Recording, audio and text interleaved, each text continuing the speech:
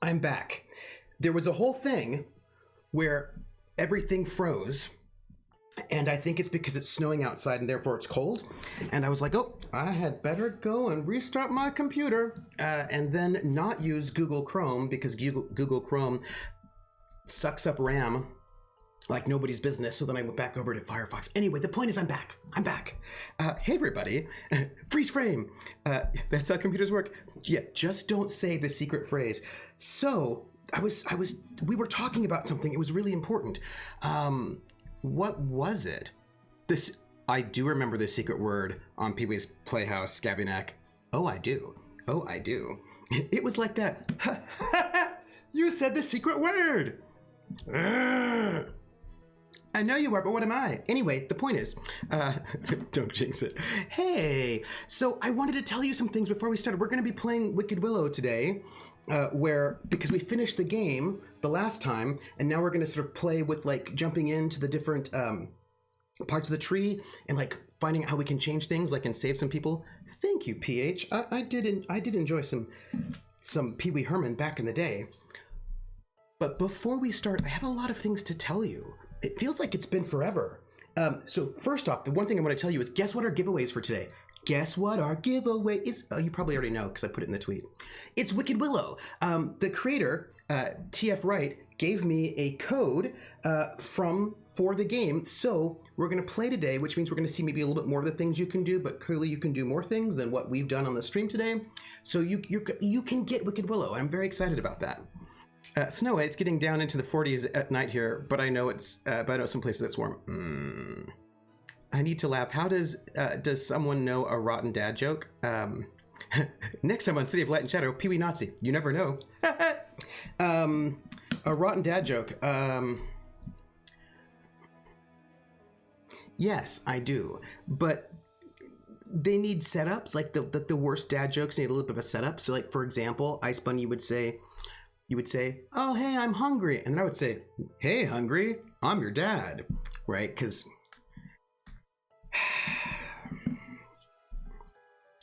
Pee-wee is a French clown. One of the other dad jokes, and this one I never actually really got. Oh, speaking of which, I was supposed to tell you I had an origami shuriken thing. That was my train of thought before it all went wild. Ice Bunny, what's the best way to watch a fishing tournament? A live stream. Oh, ha, ha, ha. Why do eggs hate jokes? They crack them up.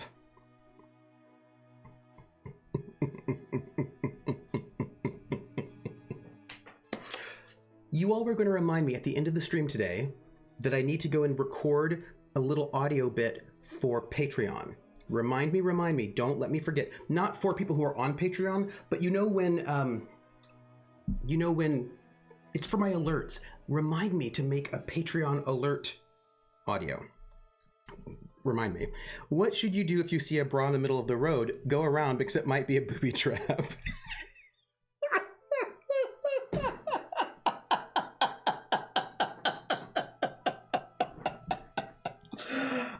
Origami shuriken. I think you just murdered me with that one because that was so good. OMG. That was really, really good. I love that one and I might die. That's so good. I'm going to have to use it. That one's so good. Okay, so this is what I want to tell you. I have two things. I have two things that I have to do right now. It's really important. One, guess what? Oh, it's been so long since we will hang out and chat with you all, people. It's been a while. I'm very excited about chatting with you. So I have news. First off, it turns out they've made it so that you can you can connect Patreon with Streamlabs, not in any kind of meaningful way where you can get like totals or anything, but basically when somebody signs up for Patreon, an alert can come up. And I don't know if our alert is exciting yet. I have to see what it says. But we have it, and it just popped up. So I would like to thank Origami Shuriken for becoming a member of our Patreon. Thank you very much. It is much appreciated. All of our Patreons really go really help a lot towards the sustainability of the RPGs on the show. Of course, also our tips and bits do the same.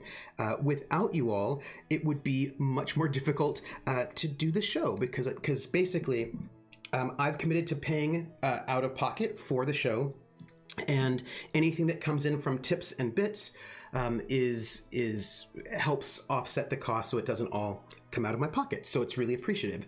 And at the moment, because I underpaid the cast, sadly, I'm paying them. Well, I mean, I'm paying them more than I suppose a lot of places do, but that's not the point. I still think they're still being underpaid. So my costs are basically $400 a month because they get paid $25 a show. So it's $400 a month, and that doesn't count music or overlays. Right, and I'm currently getting about like $140 a month in Patreon, which is pretty good. Is that true? Like, I think it's around that. Like, I haven't checked. It's around like $140 a month, so that's pretty great.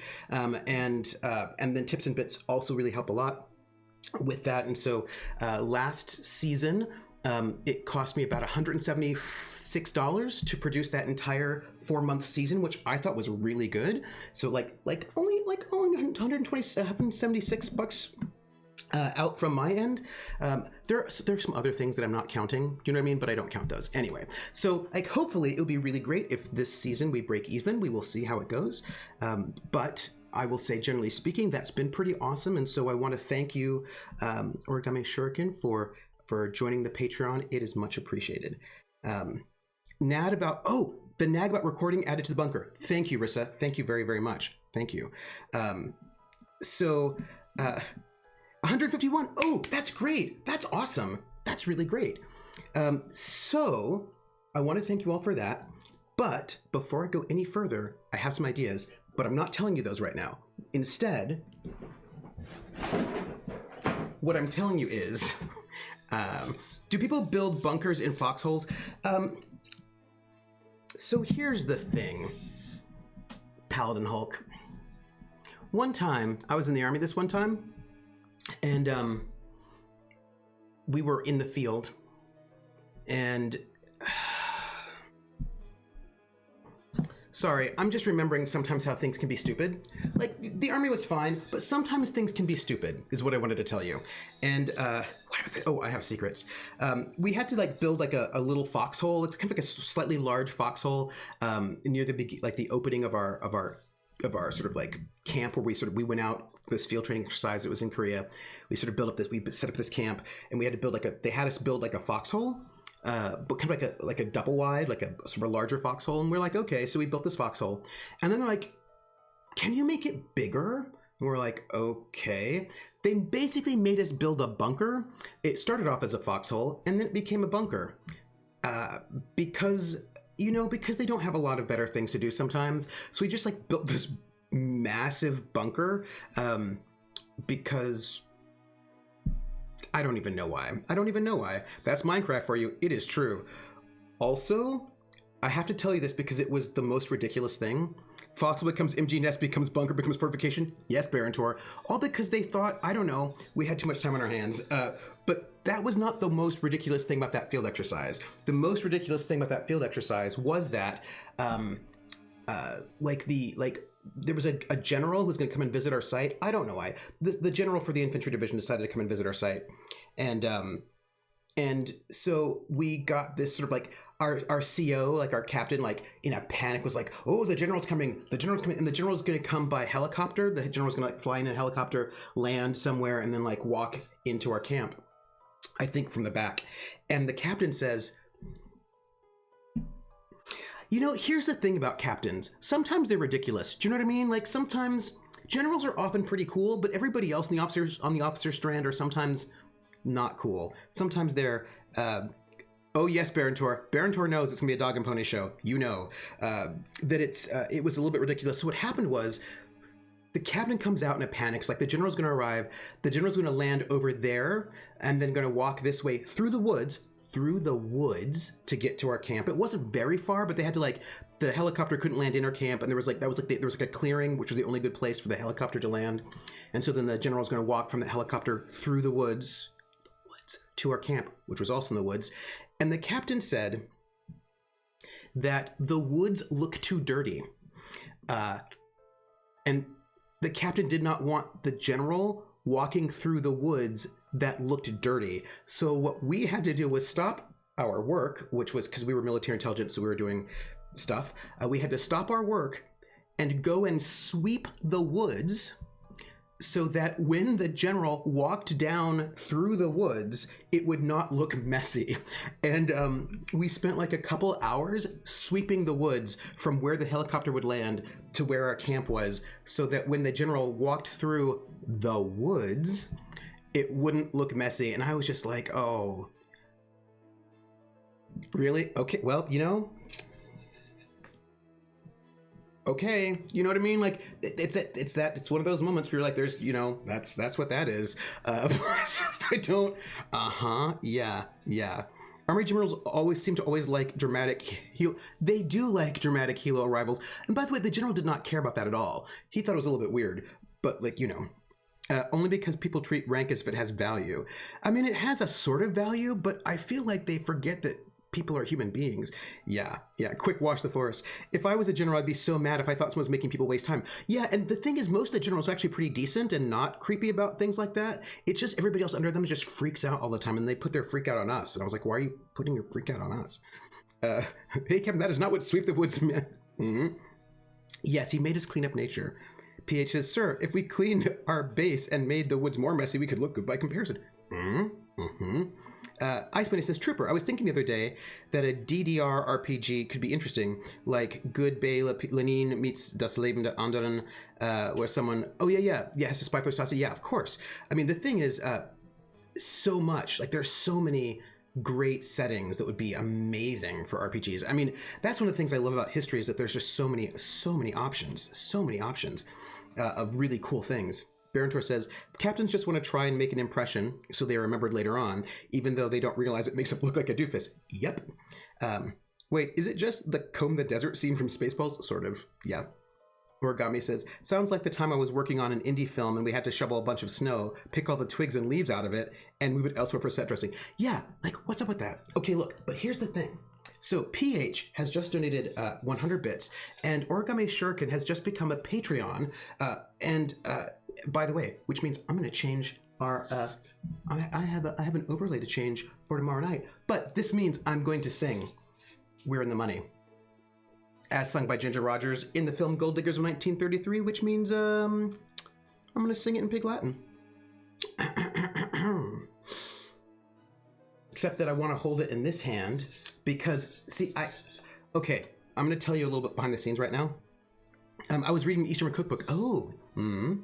If I was a general, I'd have the captain do push-ups and run laps. That's how you boost morale from the troops. PH, this is why I like you. Origami says, there was not enough snow for filming a Blizzard movie. Mm-hmm.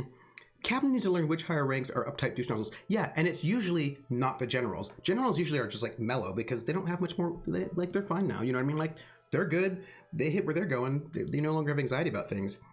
Captains need to have boats or I'll be disappointed. So, all right, here's a background thing I need to tell you. I'm left-handed, and because I'm left-handed, I want to hold my megaphone in my left hand, right? Because that's very natural. It's like, oh, left hand, a megaphone. And I don't know if you've been paying attention, but every time I pick up my megaphone, I almost always do this. This happens almost every time I pick up my megaphone because my first instinct is to hold it in my left hand because that's super comfortable, except that I cannot snap very well in my right hand, and I want to snap when I sing the song, so then I have to actually hold it in my right hand so that I can snap better. My snapping is much more, it's better on my left hand. So this is a thing that happens almost every time I pick up the megaphone. I pick it up, put it in my left hand, realize it needs to be in my right hand, switch it over to my right hand. I have not told you this before because I'm trying to be smooth about it, but I feel like, why even try to be smooth? I'm just gonna let you know that awkwardness was there. A few retired higher officers have been lovely. It's true. Mm-hmm. Captains in the U.S. Army are 03, but in the Navy they're 05. Oh, that's interesting. Oh. So. Airway and hey, the anime. Airway and hey, the anime. Eve way up, gaily up, way up, wigs to tit, gaily young way. Airway and hey, the anime. Either ice skates or on say. Oh man, the ocean pray, we are a woo, you are still we hungry. He will ever need red landsley, every red landsley, today. And when we see the end, the order will look left, the eye, we're in the eye, we're in the money, we're in the money. We've got a lot of what it takes to get along.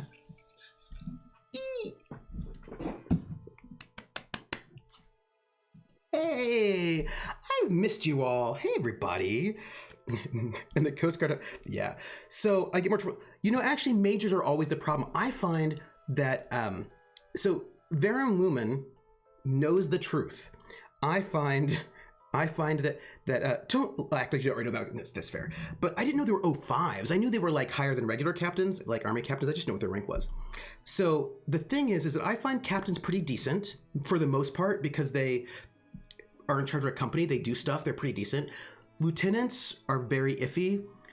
Second lieutenants are usually the worst because they are the lowest ranked officer, but they're technically in charge of all enlisted, but they often have a lot of insecurity because they've been in the army for like 3 months and don't know anything. So they often just throw their weight around to people who've been in the army for like 15 years and who are really just not ready for it. So lieutenants are often a problem. Captains are often very good. Majors are the worst because they're just like, I don't know, a bundle of nerves all the time.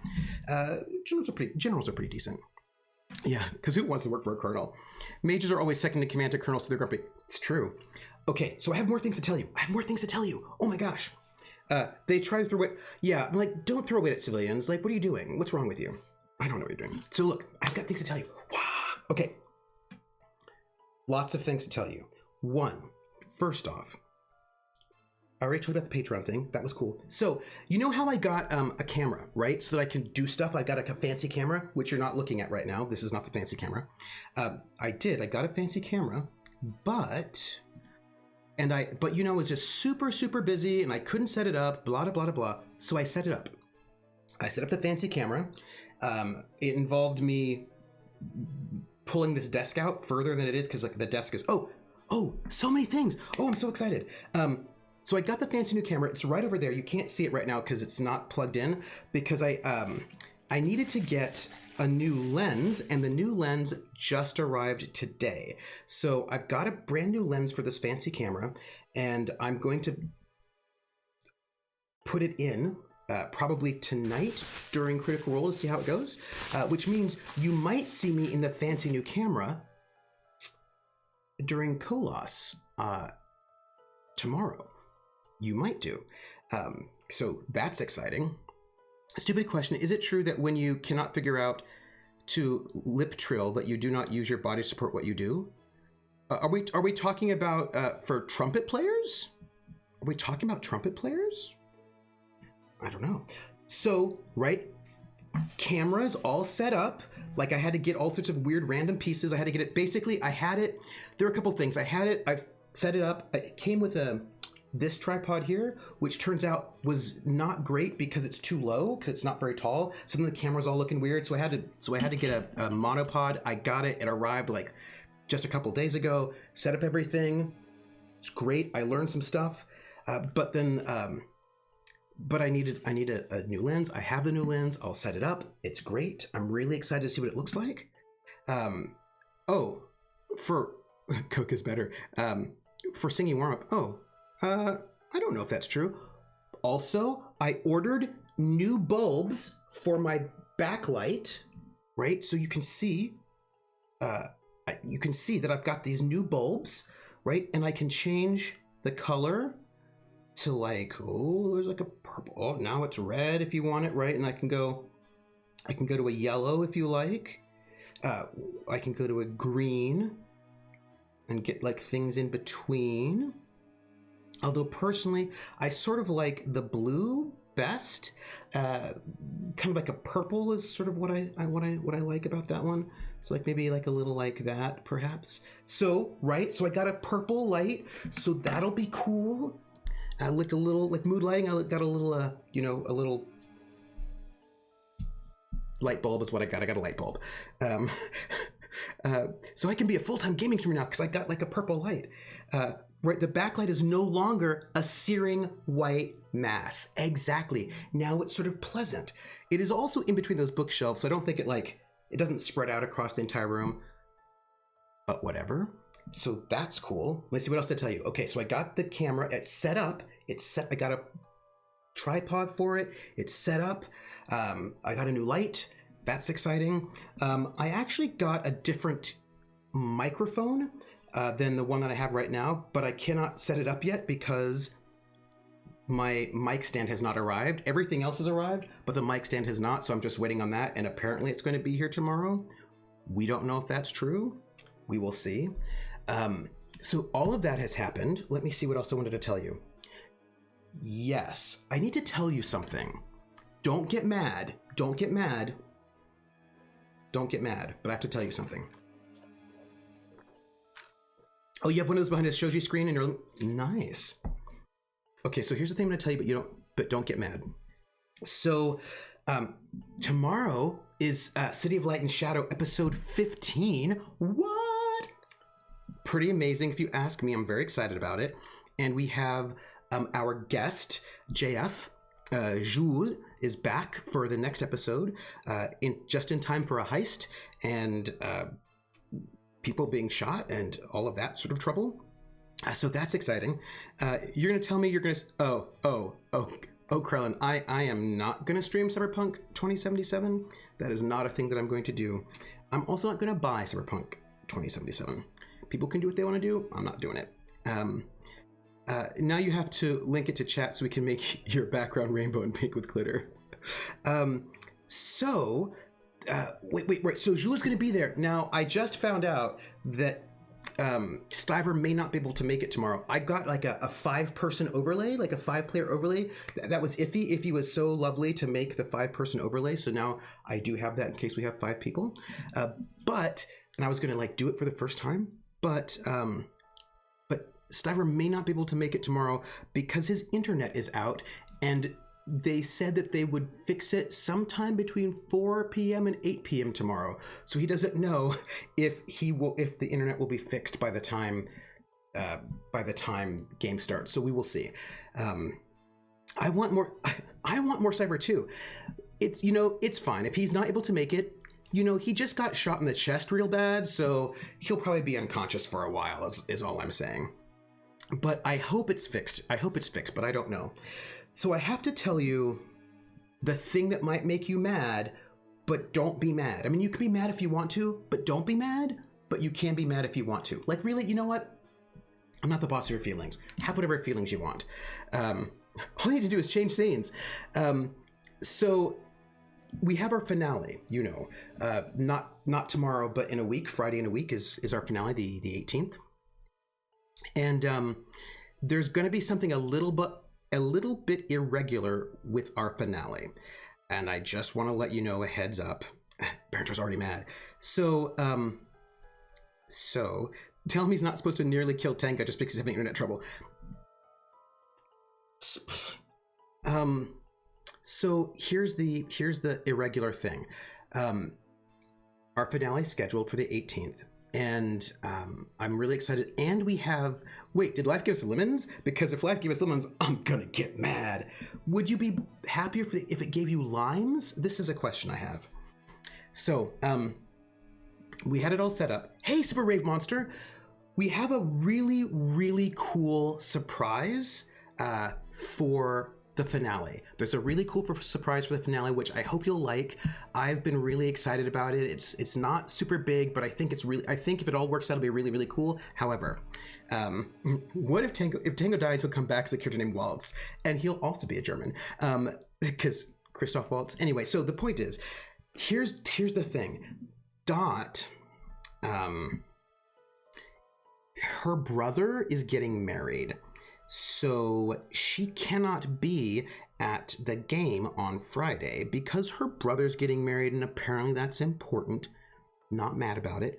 Not mad about it at all. But, right, brother getting married. So, no, I'd be mad about the limes. Though burning down their house with combustible limes would be different from burning their house with combustible lemons. That's fair. Yeah, more important than Kolos? What? So, yeah, she deserves time off. But here's the thing. And I said to Dot, I said, oh, Dot, that's a bummer. But, like, you've got to go to your brother's wedding. You go to your brother's wedding. That's cool. And her response was, but I do not want to miss the season finale, because she doesn't want to miss the season finale. And I was like, well, that's fair. So we had a whole discussion, and we're going to film the season finale on Wednesday evening, because everyone can make it on Wednesday. That is correct, Wednesday. So we're going to film the season finale of Kolos on Wednesday, and then I'm going to stream it on Friday. I will be there in chat to talk all sorts of stuff with you. And I don't know who else will be there in chat. People will either be there in chat or they won't. But I know, if CR can do it, you can do it. It's right. It's a good solution. Remember to hit record. So I'm going to hit record. I'm going to film it as I film my streams regularly, and then I will air it. But I will be there in chat to chat with you, so you can ask me all sorts of questions if you want, about whatever you want. So it'll be like a finale screening. But here's the thing I want to tell you. There is going to be a giveaway. There's going to be a giveaway because I give the cast like a thank you note, an end of season thank you note. Also, our mods are going to get the same gift. I'm very excited. This gift is like where did I put it?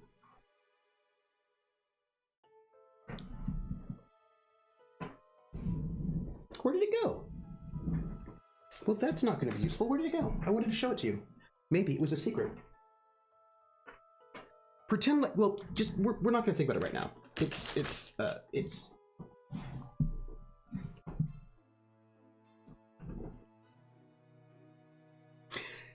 anyway. Well, you might have been mad about it. By the time you screen the finale, will the players have been released to view the solos? Yes, but they may not have time to do it, because it'll be a Wednesday. But once I'm mad, I'm going to be watching a recording. I demand an early screening. Not seriously. No, you can look, because I think you'll really like it, except that I can't find it. And it's always right over there, so I don't know where it went. Anyway, look, the point is that I've got this special gift for the cast and our mods, but I also bought an extra one. I know where it is, by the way. I know where it is. Don't worry about it. I actually shelved it. I put it in my bookshelf. That's why it's there. But I also got an extra copy of this very cool thing, and it's going to be our giveaway. It's going to be our giveaway on that for the season finale, because I like to have a giveaway, and I want to be able to sort of give it all. So you may not. So the season one gift was this Morse code coin, right? Which lets you encode and decode Morse code. So if you want to encode Morse code, I don't know if that's really good. You would use this side, and if you want to decode Morse code, you would use this side. So that was the season one gift.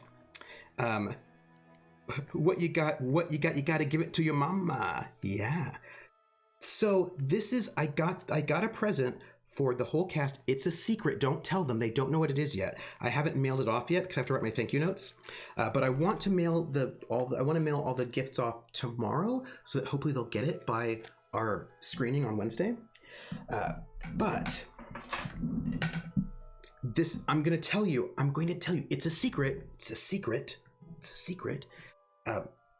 Jer and Rissa, who are our mods, can know what they're getting as their present, but this is also the present that somebody will get in chat. And so I'm going to just have to remember to do the giveaway. I'm going to say it, even though it's not live.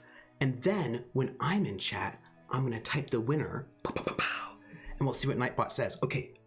I'm going to show it to you, because I've had this like all season. I knew this was the gift. I was so excited, and I have it now, and I want to show it to you. Okay, hold on.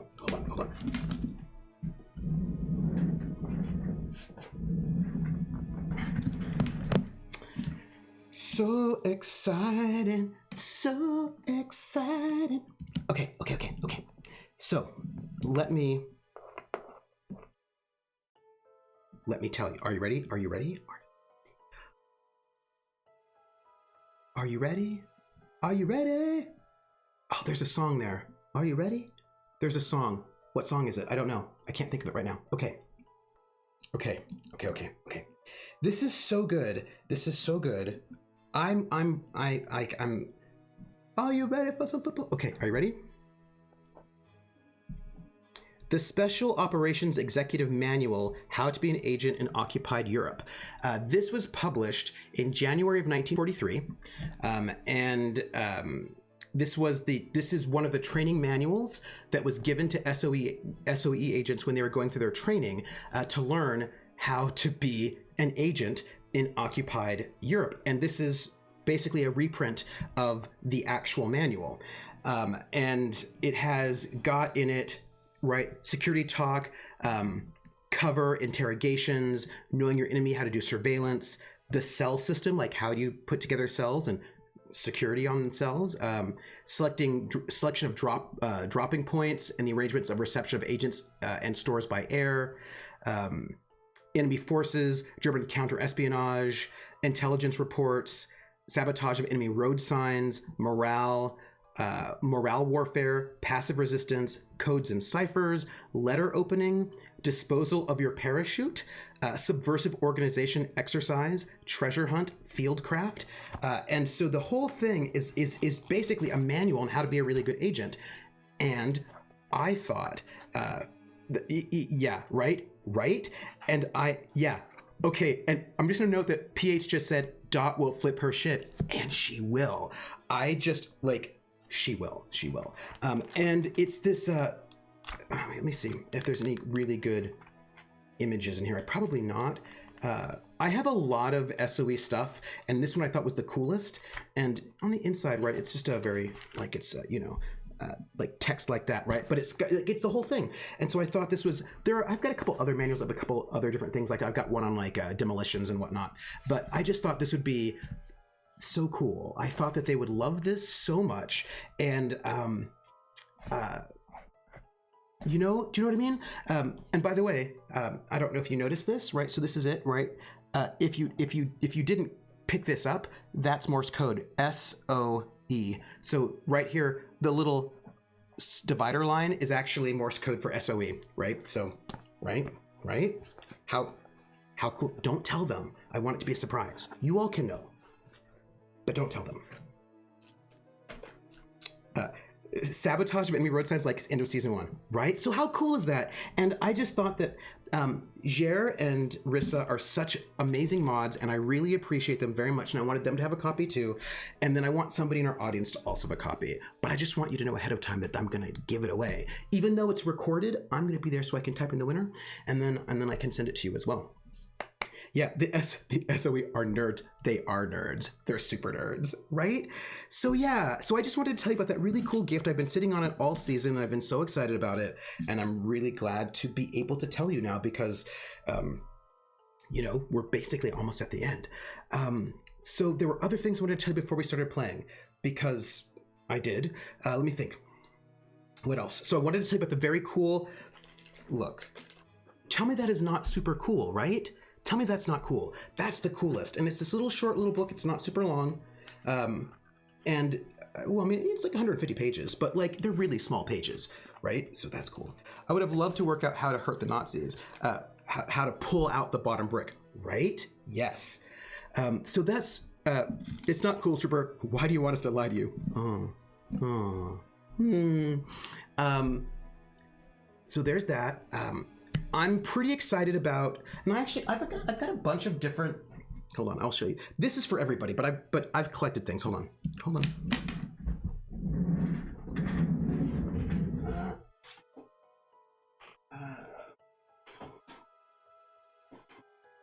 Yeah.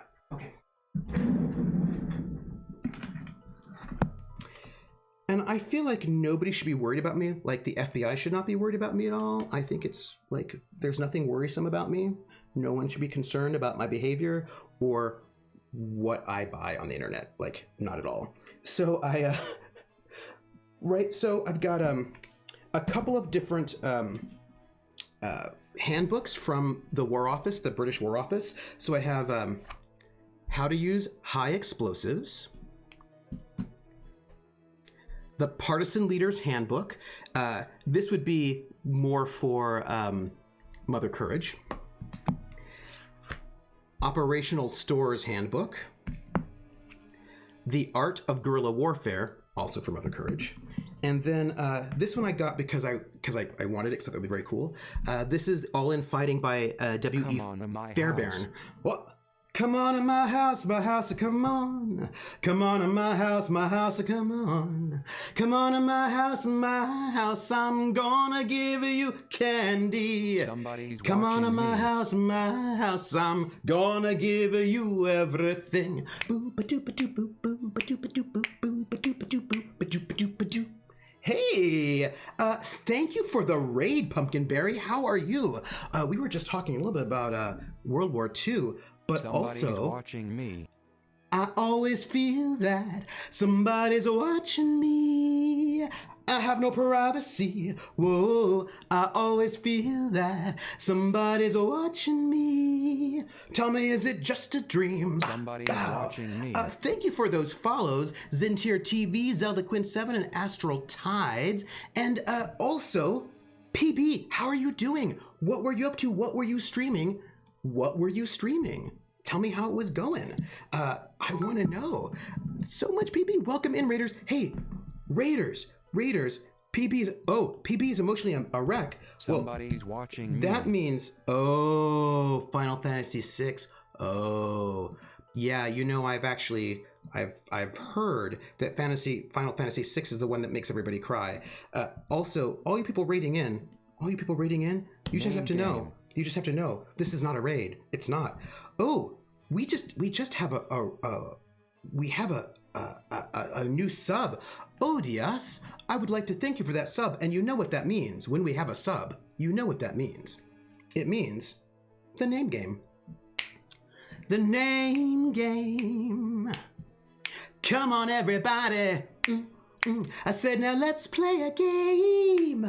I bet you I can make a rhyme out of anybody's name. The first letter of the name, I treat it like it wasn't there. And then a B or an F or an M will appear. And then I say bo at a B, then I say the name, then banana, fan, or info. Then I say the name again with an F, very plain. Then a fee, fi, and a mo. And then I say the name again with an M this time. And there isn't any name that I can't rhyme. Somebody's watching me. Odious, bobodious, banana, fana, fofodious, fee, fi, momodious. Odious. Odious, thank you so much for the follow. Odious says, when the world is not plague-ridden, I really should come to your house. I miss feeding people. Ooh, I love being fed. That is true. Also, I always feel that somebody's watching me, and I have no privacy. Whoa, I always feel that somebody's watching me. Tell me, is it just a dream? Thank you for those follows, everyone. Hey, welcome in. Ooh, Final Fantasy VI. Yeah, Final Fantasy VI, right? Called it. Chat sing all night. No, we're going to play Wicked Willow. We're wanting to sort of look at Somebody's watching our Art of Guerrilla Warfare from World War II first, clearly. I mean, Joe Murd, thank you for that. Thank you, Joe Murd. And also Krissa and Starry Stardust and Yutsune. And I feel like it's Jbozier. I want to say your name in the most French way possible, Zimi. And also, I just noticed that some bits have come in. And for people who've not been here before, I don't think you know what happens when bits happen. This is, we got bits from Slinky Avenger, not Slinky Avenger. It's not Yavenger, it's Slinky Avenger. And also Scabinak. And yeah, I don't think you know, if people who are hanging out here, I don't think you know what happens when bits come in, or tips, or Patreons. What happens is, I sing the song We're in the Money. which you may know. I've never heard that one. Exposier. Like I'm just make your name the most French and most fancy I could ever do. Exposier. Like I feel like it's like a perfume. The perfume Exposier by Calvin Klein. Calvin Klein is not French, but you know what I mean. By Dior. Anyway, I'm just making your name fancy. So, thank you for the follow, Jomard. So, I'm gonna sing "We're in the Money," the song "We're in the Money," which you might know. We're in the money, we're in the money. We've got a lot of what it takes to get along. We're in the money. I'm not singing it right now, by the way. The skies are sunny. Oh man, depression, you're through, you've done us wrong. Oh, we never read headlines about bread lines today. And when we see the landlord, we can look that guy right in the eye. We're in the money, we're in the money. We've got a lot of what it takes to get along. But I'm not singing it right now because when I sing it, which is going to be in like 3 seconds, I'm going to sing it in Pig Latin because that is how Ginger Rogers sang it in the film Gold Diggers of 1933. I mean, she sings it not in Pig Latin, she sings it not in Pig Latin, but then she sings it in Pig Latin. And since she sings it in Pig Latin, I'm going to sing it in Pig Latin. And because it's an old song, I mean, it's from Gold Diggers of 1933, and they actually had electronic microphones in 1933. They had them starting in 1924 is when we went from non-electronic recording to electronic recording. Look, so in case you don't know, like my day job is to be a music history professor and specifically the history of popular music. And so that kind of particular detail is a thing that I know. But like, it's super interesting because before we had electronic microphones, what they did is, I'm sure you've seen the old Victrola records, like the record player that's got the big bell on it, right? Like which kind of look like this. And like the music would come out of the bell. But what they would do back in the day before they had electronic microphones is that particular bell was attached to the needle that would play the record. But if they wanted to record, they would get a record that had no grooves on it at all. They would crank it all up, like wind it up. They would let it play. And then you would sing into the bell. And then your voice or your instruments, whatever, would bring vibrations down to the needle. And then the needle would vibrate and would etch the sound into the wax cylinder or the wax record. So, that's what they would do. So basically, you would sing into the bell and it would record one copy of the song. If you wanted to sell 20 copies of the song, you'd have to sing it 20 times. And if you had a really big voice, or your band was really good, you might be able to like record. You could set up like 5 or 10 bells. 10 was a lot though. But like maybe if you were lucky, you could set like 5 or 6 bells up at the same time, and then you would sing it and make 5 copies at one time. So what artists would do back in the day before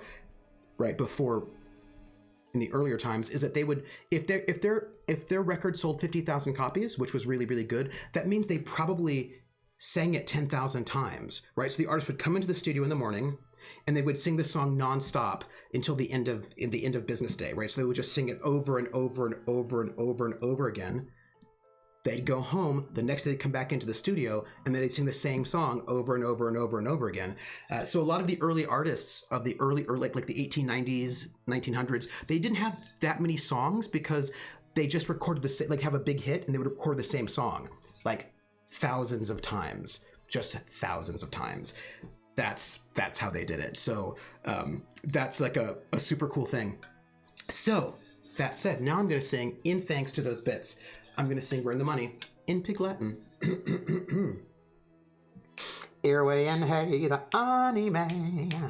Earway and hey, the anime. Ewe at gale at way at wigs to tit gale young way.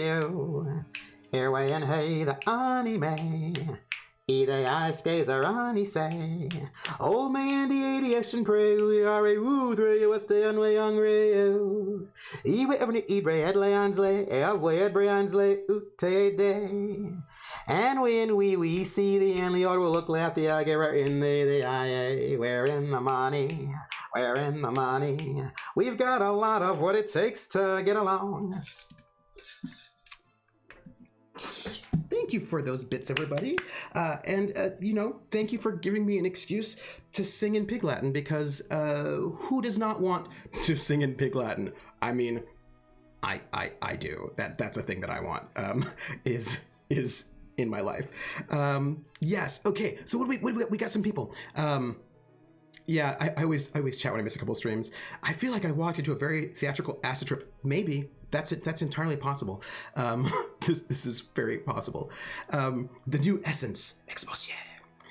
Basically, the whole stream is Trooper flexing on us with every talent they have. Well, no, that was so cool. It's so cool. The eyebrow raise. Ooh, oh, Krellin. Krellin just gave bits, and you know what that means. I'm gonna have to sing it faster. I'm gonna see how fast I can go right now. Trooper is only teaching one course a semester, and that's not enough. That's actually also probably true. I do miss teaching more stuff. So I'm gonna go and sing this again, but faster. How am I so cheerful? I'm an extrovert, and being on stream means I get to talk to the people I know, and so I get to, like, it's nice to see people. Hey, Daddy Sheepdew. I'm gonna sing "We're in the Money" faster. We're in the money, we're in the money. We've got a lot of what it takes. Oh, so that's in English. Sorry. Irway and hey, the anime. Irway and hey, the anime. Evil at Gaily out, we up, weeks to Ute at Gaily on wayo. Irway and hey, the anime. Either I skaze or ani say. Oh man, the ideation pray, we are a utra, you a stand way on rayo. You ever need ray day and say, oh, every line say, Ute day. And when we see the end, we'll look at the guy right in the IA. We're in the money, we're in the money. We've got a lot of what it takes to get along.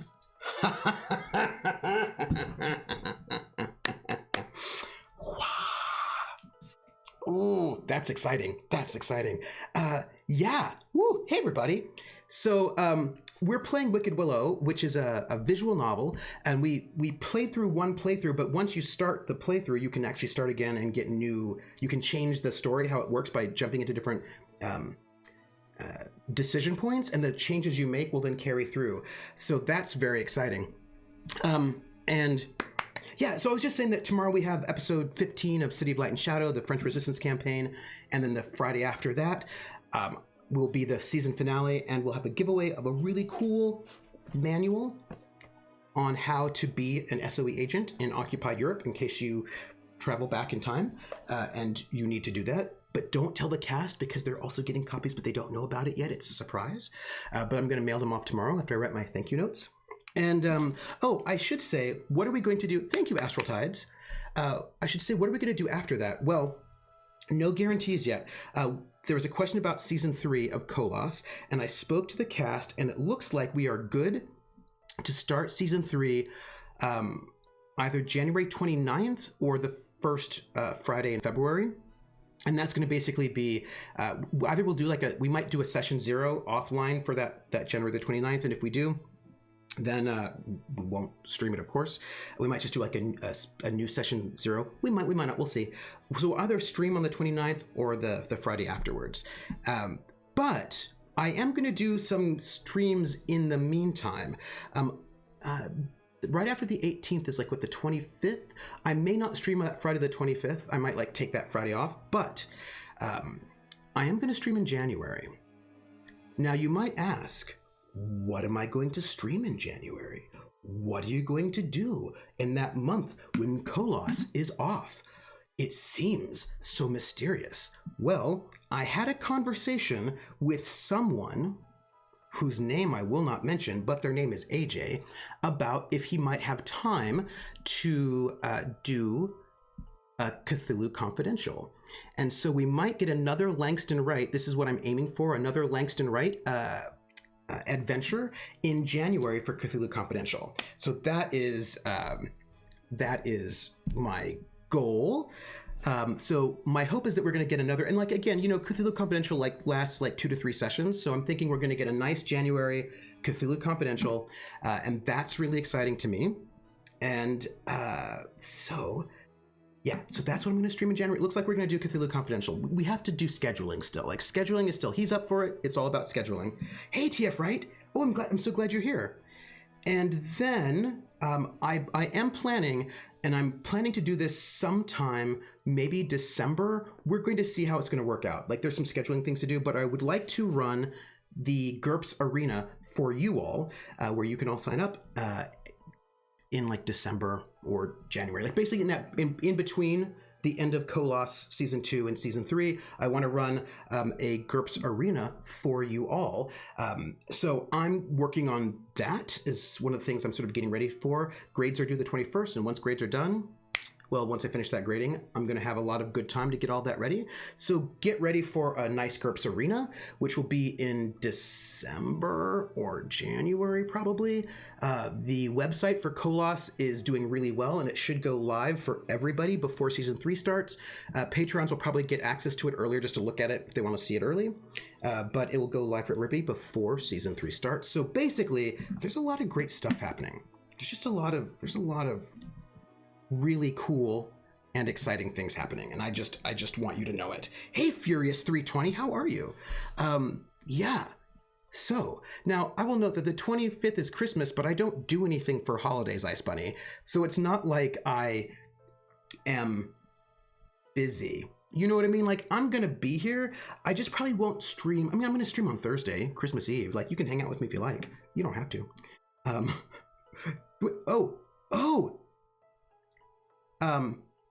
Scabinath is asking me, where did I go? I have an answer for that question. Do you want to know what the answer is? I can tell you. That right there was the brand new camera, is what it was. But that brand new camera is not currently turned on. So... Wait, what are you doing? Ooh, Jormud! I'm a friend of Pig Latin and fast speaking, so if you want to sing again before you start your visual novel, cheers! Thank you. Also, yeah, that was the brand new camera. But it wasn't, it's not turned on, so that's why you can't see it. That's why it was all dark and scary.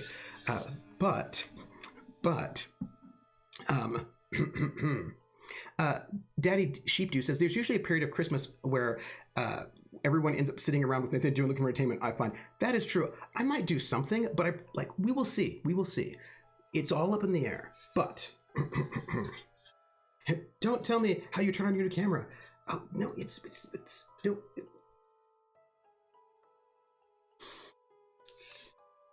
I'm gonna do it like this. Airway and hey, the anime. Airway and hey, the anime. Evoy at gale at way it wakes to ted gale young way. Airway and hey, the anime. Either ice skates or ani say. Old man did yes and pray, we are you a stay on way hungry.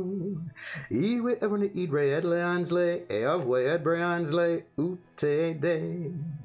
And when we see the Lord will look at the eye in the eye. We're in the money. We've got a lot of what it takes to get along. I was like, no, I'm gonna go slow this time. Slow it down. That's what I'm doing. Is there a link to man for Discord? Oh, yes, there is a Discord link. Aisha's like, what? Faster? Sounds kind of like Hawaiian, right? But it's Pig Latin. Let me just take the Lumix off so that you can see me. Because I set up the whole new camera. It was very exciting for me. I was excited. I don't know about anybody else, but I was excited. iShield, thank you for the bits. And just, by the way, isn't this cool? This is the, I'm pointing, you can't see what I'm pointing at. This is the, can you see my cursor? Can you? You can't. So this is like the decision tree that tells you how you went. So we can now go and like check different spots, go back and do different things, which I'm very excited about. But as I was saying, are you saying that, or are you just want to see Trooper hit a grass skirt? Hey, I could do that. I bet I'd be awesome at a grass skirt. I feel like I've never been good at hula hooping, so I don't know how good I'd be at hula dancing. I probably need to practice.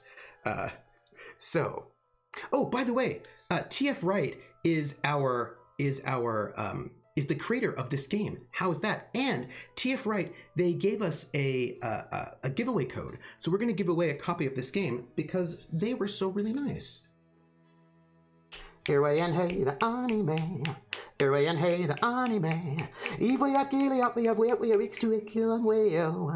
Arian hate anime. Either ice skates or ani say. Oh man, the edition pray, where are you? Three, you're standing row. You meet red and lay. I would rather say, Ute day. And when we see the end, look at the guy in the eye. We're in the money. We're in the money. We've got a lot of what it takes to get along.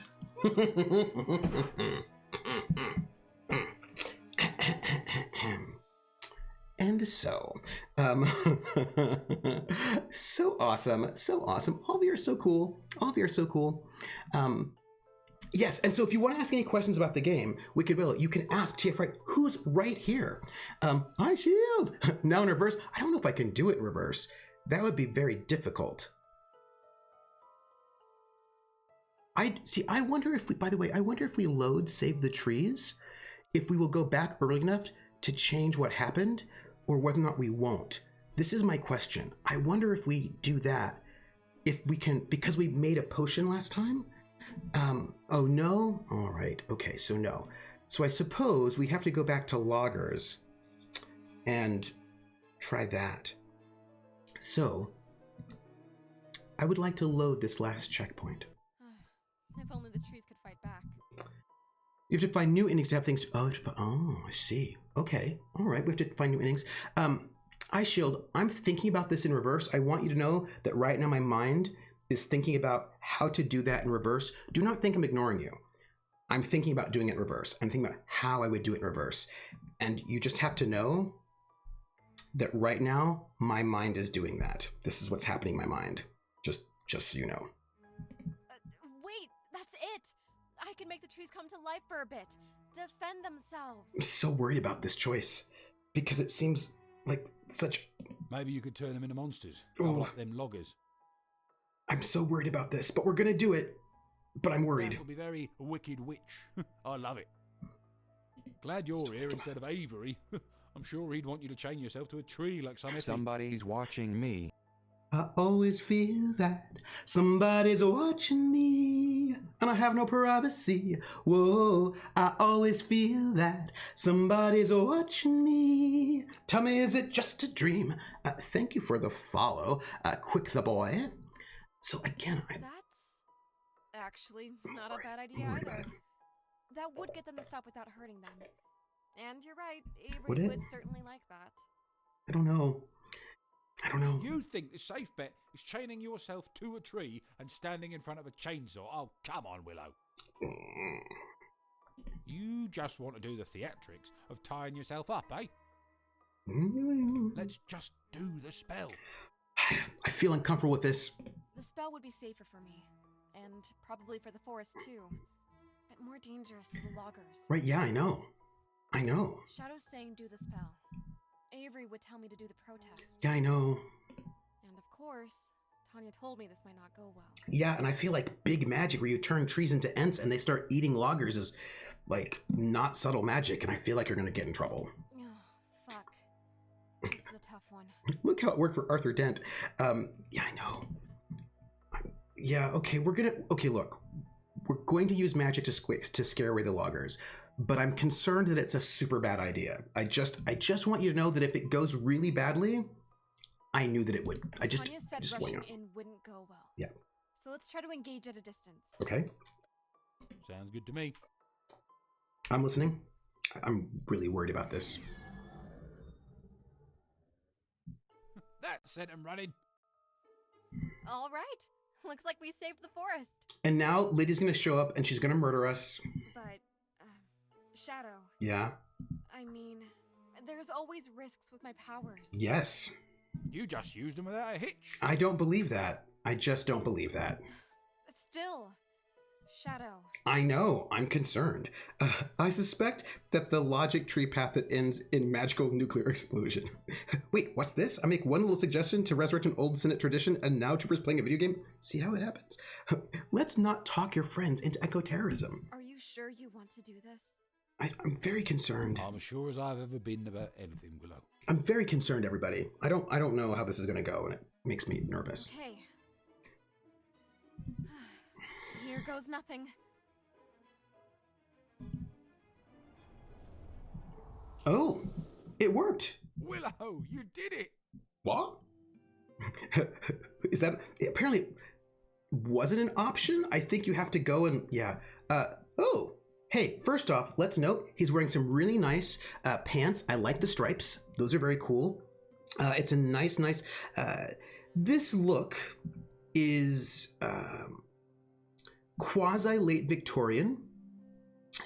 Sort of like a modern take on a late Victorian, because like that kind of coat is that particular sort of coat style is Victorian, as are those pants. This is a morning outfit, but it might be a cutaway. Anyway, just so you know, I think I was Shadow all along. I think that's the thing. I think I was Shadow all along, and I say that because I have got my my Luke cap just right over there, so it's entirely possible that I was Shadow all along. Pinstripes are timeless. It's why so many Time Lords wear pinstripes. Yes. Oh, it is. I'm also heavily sus about the cat. I think the cat is super sus, just like for the record. Just for the record. He's dapper as all get out, but it don't make me less of your out for your immortal soul. Yeah. Cats just try to steal your breath. That's what they do. Yeah, people are like, I'm concerned that Will even listens to Shadow. I'm concerned about these. Yeah, I didn't want to just want to be here. What happens is there's a chair that's right off camera that you cannot see that has a bunch of my props for RPGs. I've got a hat here that you've never seen before because it's for Charlotte Dubois, who's super sketch. And whenever Charlotte Dubois shows up, I can wear my super sketch hat for her. And I've got my Mexican wrestler mask, my French police captain's hat. I'm all ready. I've got props. I'm ready for it. I've got the Quibble shawl right over there. The Quibble shawl's right over there as well. My wardrobe is here. What's the matter? Crit Twitch, I love you too. Also, I also have more than one pipe. I've got this pipe, which is for my American doctor. And then I also have this pipe, which is for Creepy Roger. And then, of course, I've got my 80s sunglasses because sometimes you might need those. I'm just saying. Ice Shield, Luchador Mass Stream? Maybe. You've not seen, by the way, I have glasses for Colette, and you haven't seen them. But I've got my cat eye glasses. Do you know where your Tommy hat is? Oh, you said Tommy, and I do know where my Tommy hat is. It's actually right on my hat rack. Only an alien would wear those sunglasses. Maybe. That's entirely possible. I think it's entirely possible. That is a true fact. So I was a black cat, wasn't I? What did you expect? That is fair. Why are you staring at me like that? I don't know. Why are you? You're very cute. Also a creeper. Come on, Willow. He's a creeper. You know this. He's a creeper. Don't start with me on that one, Willow, because he's a creeper. I was cute when I was a cat. Can't I be, Mm-mm. Handsome? No, Willow, no. He's a creeper. Cat eye glasses. Oh, yes. Dot has got such good glasses. Thoughts. Call me whatever you want. Call me a bloody pretty princess. I don't care. I'm me again. Willow, I'm... This is where some kind of explosion's going to happen, right? Right about now, there's going to be an explosion. Thank you. Well, yeah, maybe Willow isn't a creeper. It's possible. What should we do now? I don't like how you said that. We've got to celebrate. I don't know about that. I don't know about that at all. Very concerned. Hey, guess what? My new headphones work way better with my luchador mask than my old headphones, and that's pretty awesome. I'm feeling pretty good about that. Actually, I think that's good. Yeah, when I said celebrate, I meant something a little more edible. What does that mean? You're never going to let up on this fine establishment, are you? Fine establishment. Willow, I'll have you know this place is run by a bunch of hypocrites. Krellin's like, why do you have a luchador mask? That's a very good question, Krellin. Are you going to tell me this place has a secret cache of milk or something? And there's a very simple answer. No, these bleeding art liberals keep true to that one. What the politicians said, wear your mask. They weren't thinking about Trooper at the time. Well, but didn't they say I should wear a mask? Hamlin's like, what, Krillin? Why don't you? But even though the owner's got a banned guns bumper sticker, so they've got a little piece behind the counter in case of robberies. Okay, so better question. So here's why I have a luchador mask. Because my character in Aether's Walkway, which I do believe we will be playing tomorrow at 1 p.m. over at Laugh Love Lindy's channel. My character is, whose name is Livewire. It's sort of like a cyberpunk-esque sort of future dystopian sci-fi show. My character Livewire is modded such that when people look at him, they see what they want to see, like whatever is the most appealing thing to them. They see. They don't actually see him. They just see whatever sort of like projected through their VRs and whatnots. Hey, Lord Arctic Frost. Hey, Trooper, how you doing? Wait, who is this masked man? And does he have 6 fingers? I do.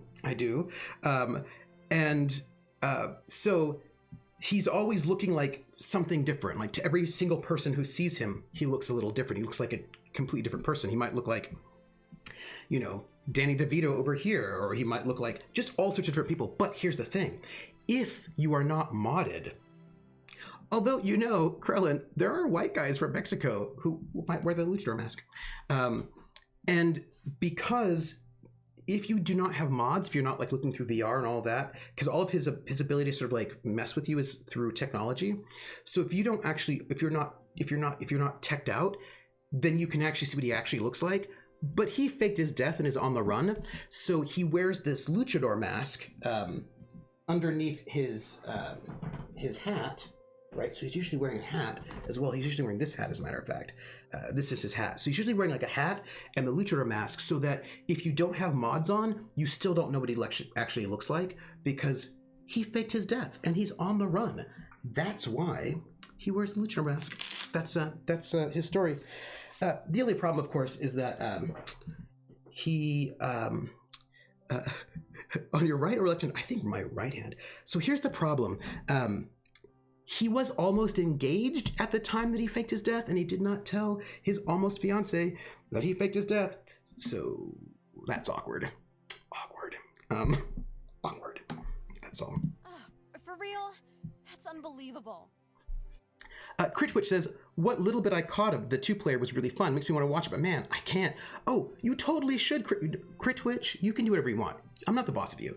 But if you want to watch it, we've been playing for a really long time, but we haven't had that many episodes. Like, we've only had like 12 or 13 episodes so far, and I think they're only 2 hours long. So if you wanted to catch up, you could. I think they're all available on the internet right now, but I'm not 100% certain.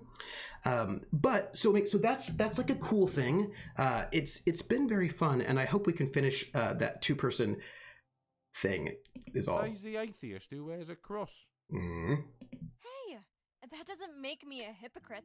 That's fair, Crit Twitch. You do lurk at a bunch of streams, but that's because you're like trying it out, seeing what's up. You're like an international Crit Twitch of mystery. I know, Willow. I remember that cross. Ooh. It was your mother's, wasn't it? Yeah. Yeah. The car was wrecked. I sold the house. My grandmother died years ago. It's hard to think that this little thing is all I have left now. You honour her well to wear it, Willow. Hey, want to get out of here? No offence to the soy lattes, but I want to pick up some real drinks before we head back. Ever tried port? That's Shadow. That's a wine, right? Yeah, but it's a kind of a wine, right? It's like a brandy? I'm still a few months away from... Port's like, how do you make port? How do you make port? Somebody here knows. Because it's a stronger wine than a regular wine, right? It's like a sherry. Like a sherry or port's like a dessert wine. But I don't know how you make it. Hey, Schmelzer, wie geht's? Episode, thank you, Coldrake, for that. With the Zoro. Yeah, it's like port and brandy, right? Or like these sort of She's 20 almost. Well, I'm not. Oh, good. Has all good. Oh, yeah. I keep forgetting. You being a human is getting better and better, isn't it? I don't know how I feel about all that. I still can't believe it. A bottle of port for me and for you. I don't know about all that. I don't know. I liked it when I was a human too. Got a problem with that? I'm skeptical. I do, actually. I happen to be a vegan, in case you forgot. Oh my goodness, these two. Oh, I'll never forget that. These two. You could have been a cow instead of a cat. Ever thought about that? Wouldn't like being milked then, would you? I do not want to hear this conversation. You infuse the most with strong alcohol to stop the fermentation process, so you have more sugar in the wine. Oh, huh. You don't like Shadow? I find that Shadow has been sexual harassing people when he was a cat in inappropriate ways. And that makes me less inclined to like him, is what it is, right? Like there was just like, he sexually harassed people and I didn't like it. And so, and now that he's a human, like, it's like, okay, so I don't know if you've ever known those people who are like, oh, I'm so harmless, and because I'm so harmless, I can get away with sexually harassing people, and because I'm just so harmless. And I've known people like that who like really play up a real sort of like super harmless sort of look so they can get away with sexually harassing people. And like, he was a cat, and so he thought he could get away with sexually harassing people because he was a cat, so it was cute. But it's not cute, especially since he was actually human. I didn't like it. So I find him, I'm not positively inclined towards him. Also, because he lied in various ways. I just find him super sus and sketch, and yeah. Depends. Are you the one milking me? Again, I'm just like... You dirty little... Yeah, right. I'm just... Hey, I just realized, outside of Avery, you're the first man to ever step foot in here. Hey, Critch Twitch. This cat was a sexual harasser when he was a cat. And now he's a human. Oh, and also, sorry, here's the other thing. He also took Avery's body and did who knows what with Avery's body.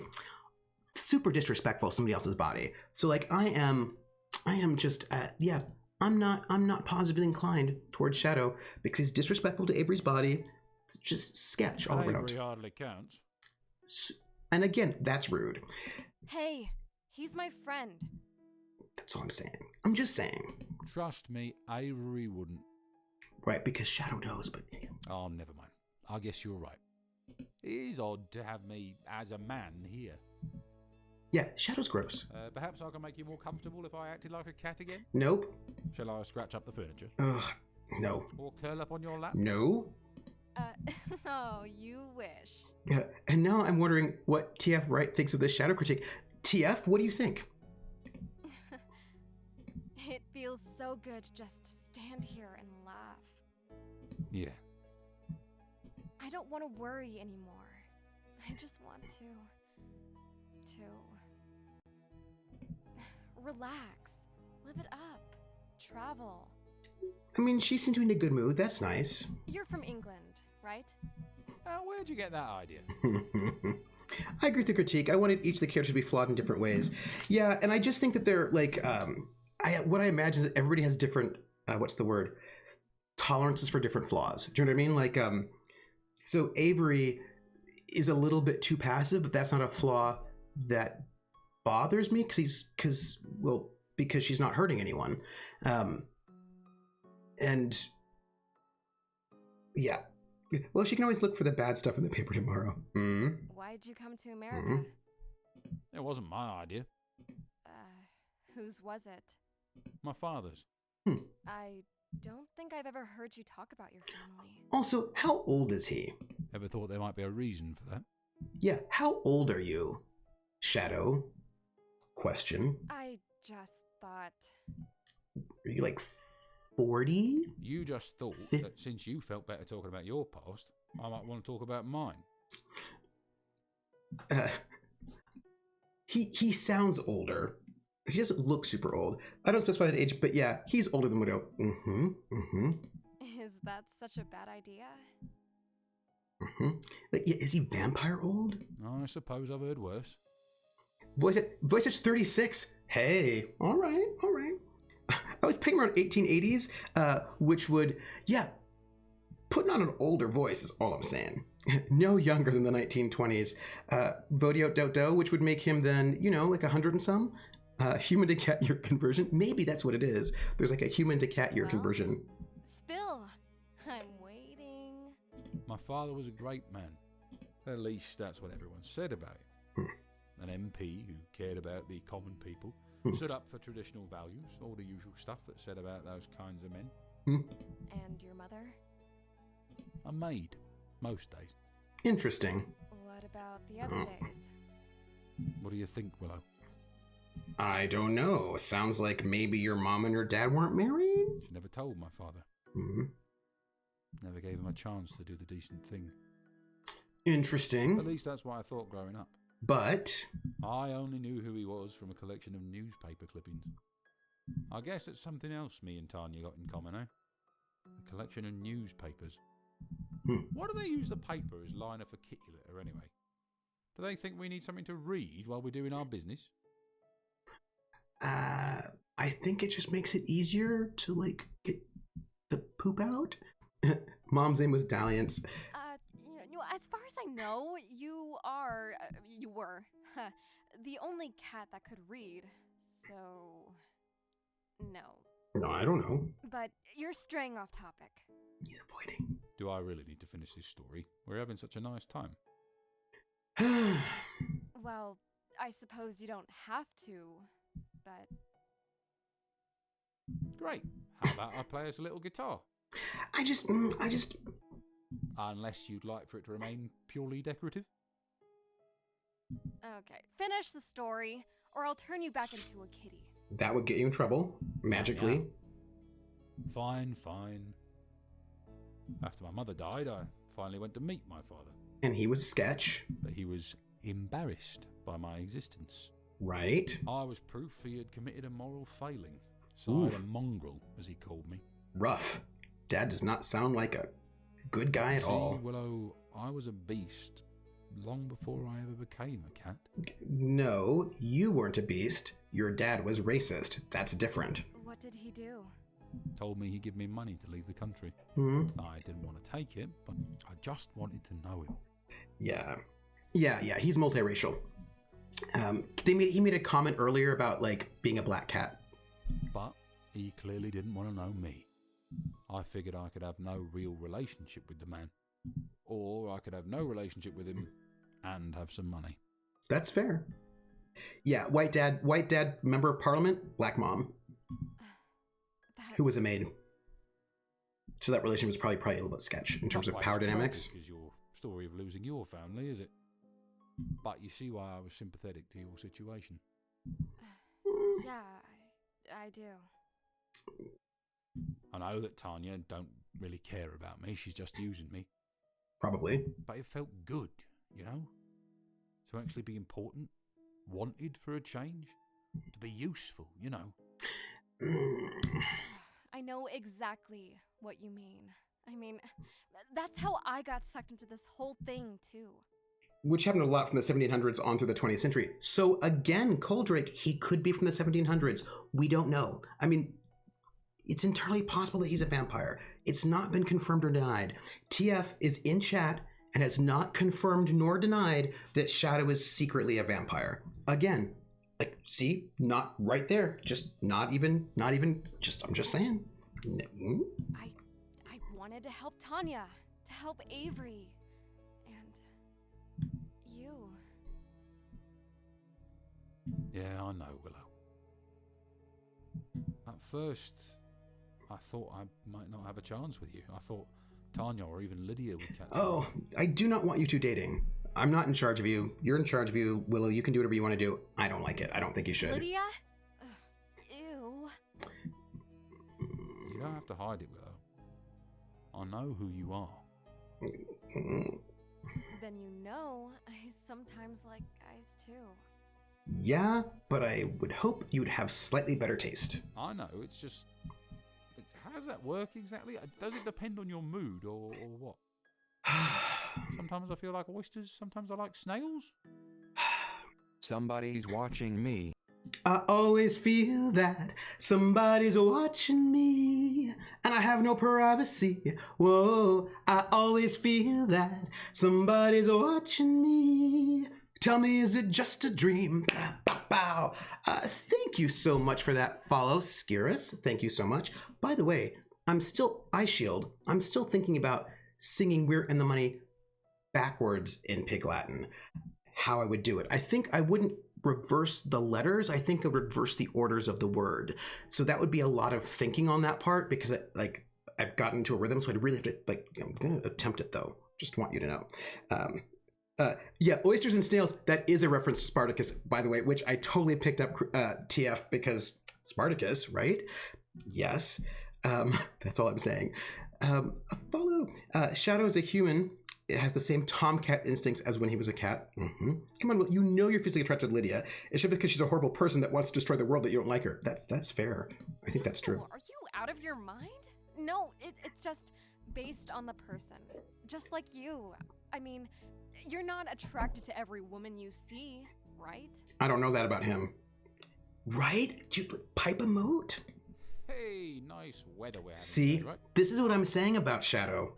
This is what I'm saying. Oh, you don't fool me. Actually, I know you've got it bad for me. Also just way What inappropriate. makes you say that? You borrowed Tanya's crystal ball? Sus. I know I annoyed the shit out of you, Shadow. So you must have some reason to stick around. Even after you don't need me anymore. Name game.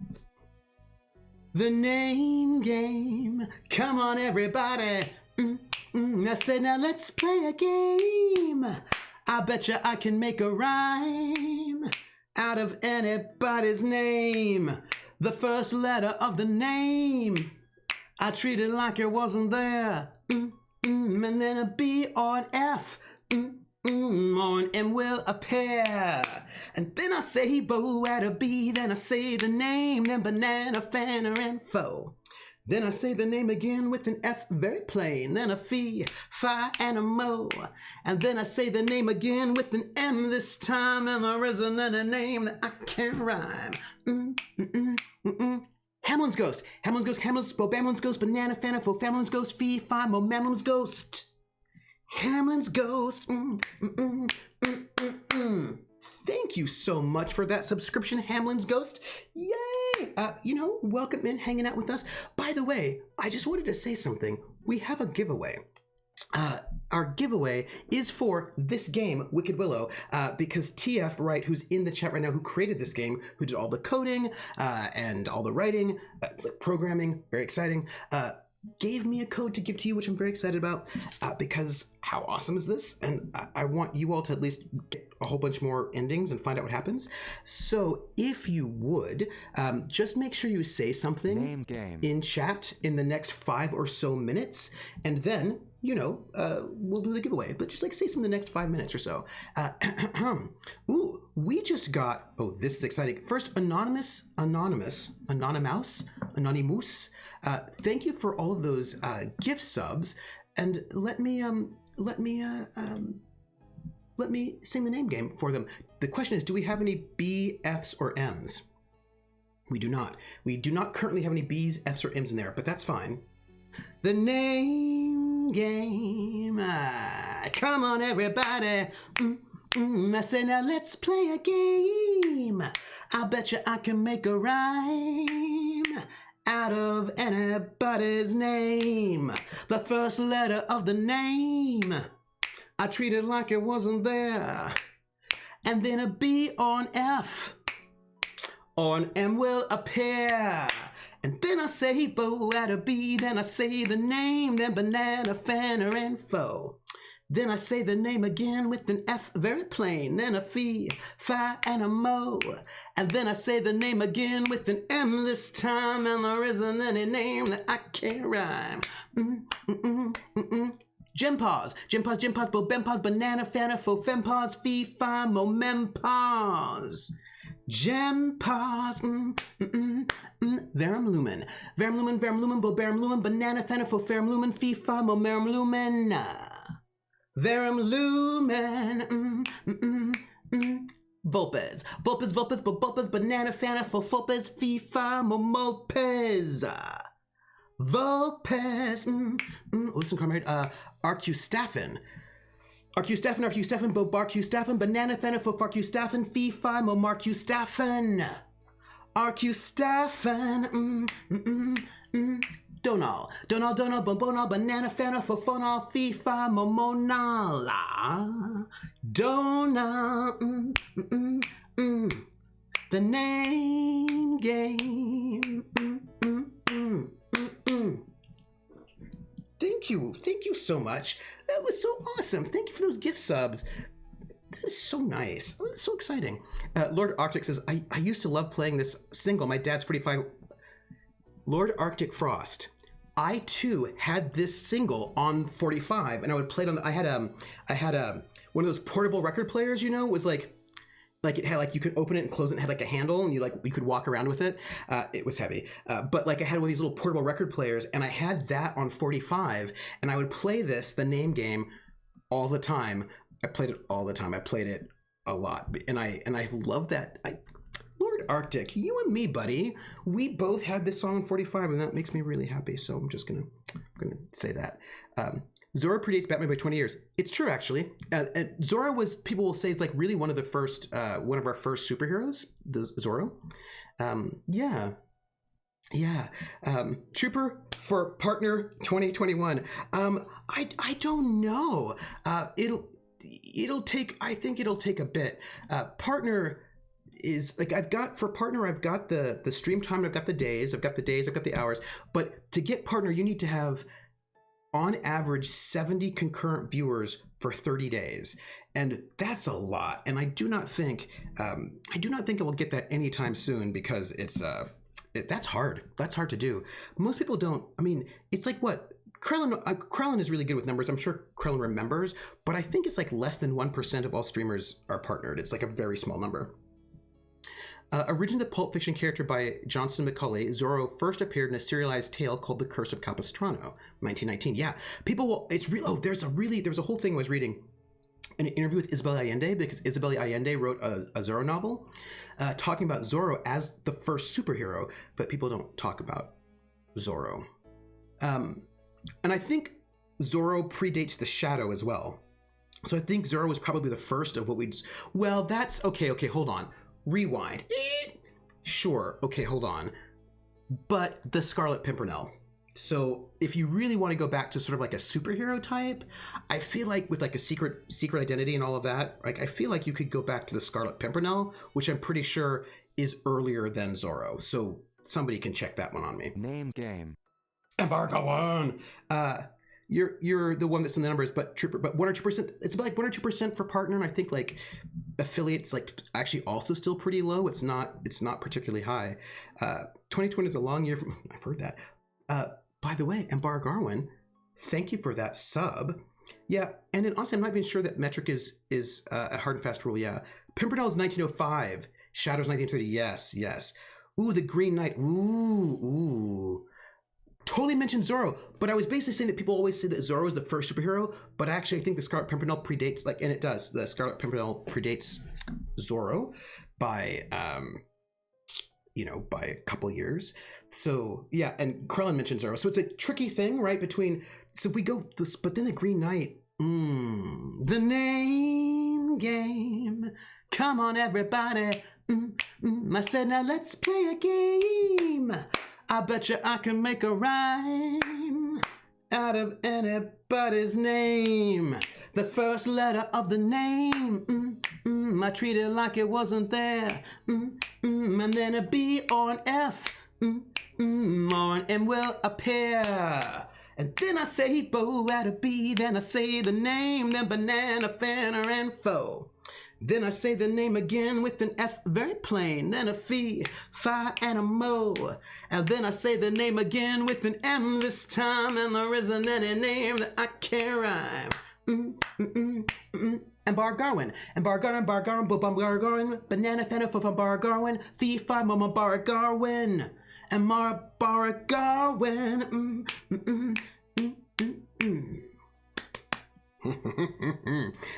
Thank you. Zorro is, well, I mean, I really do love Zorro. Zorro's pretty awesome.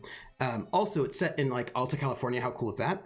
So Luis Valdez calls Zorro the precursor to Batman, and not just because he dresses in all black. This is from Caldrake, who's one of our resident historians. Quote, a lot of people don't realize the roots of Batman are really Latino.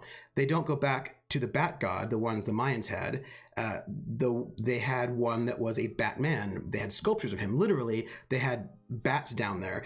But the more relatively recent inspiration for Batman was Zorro.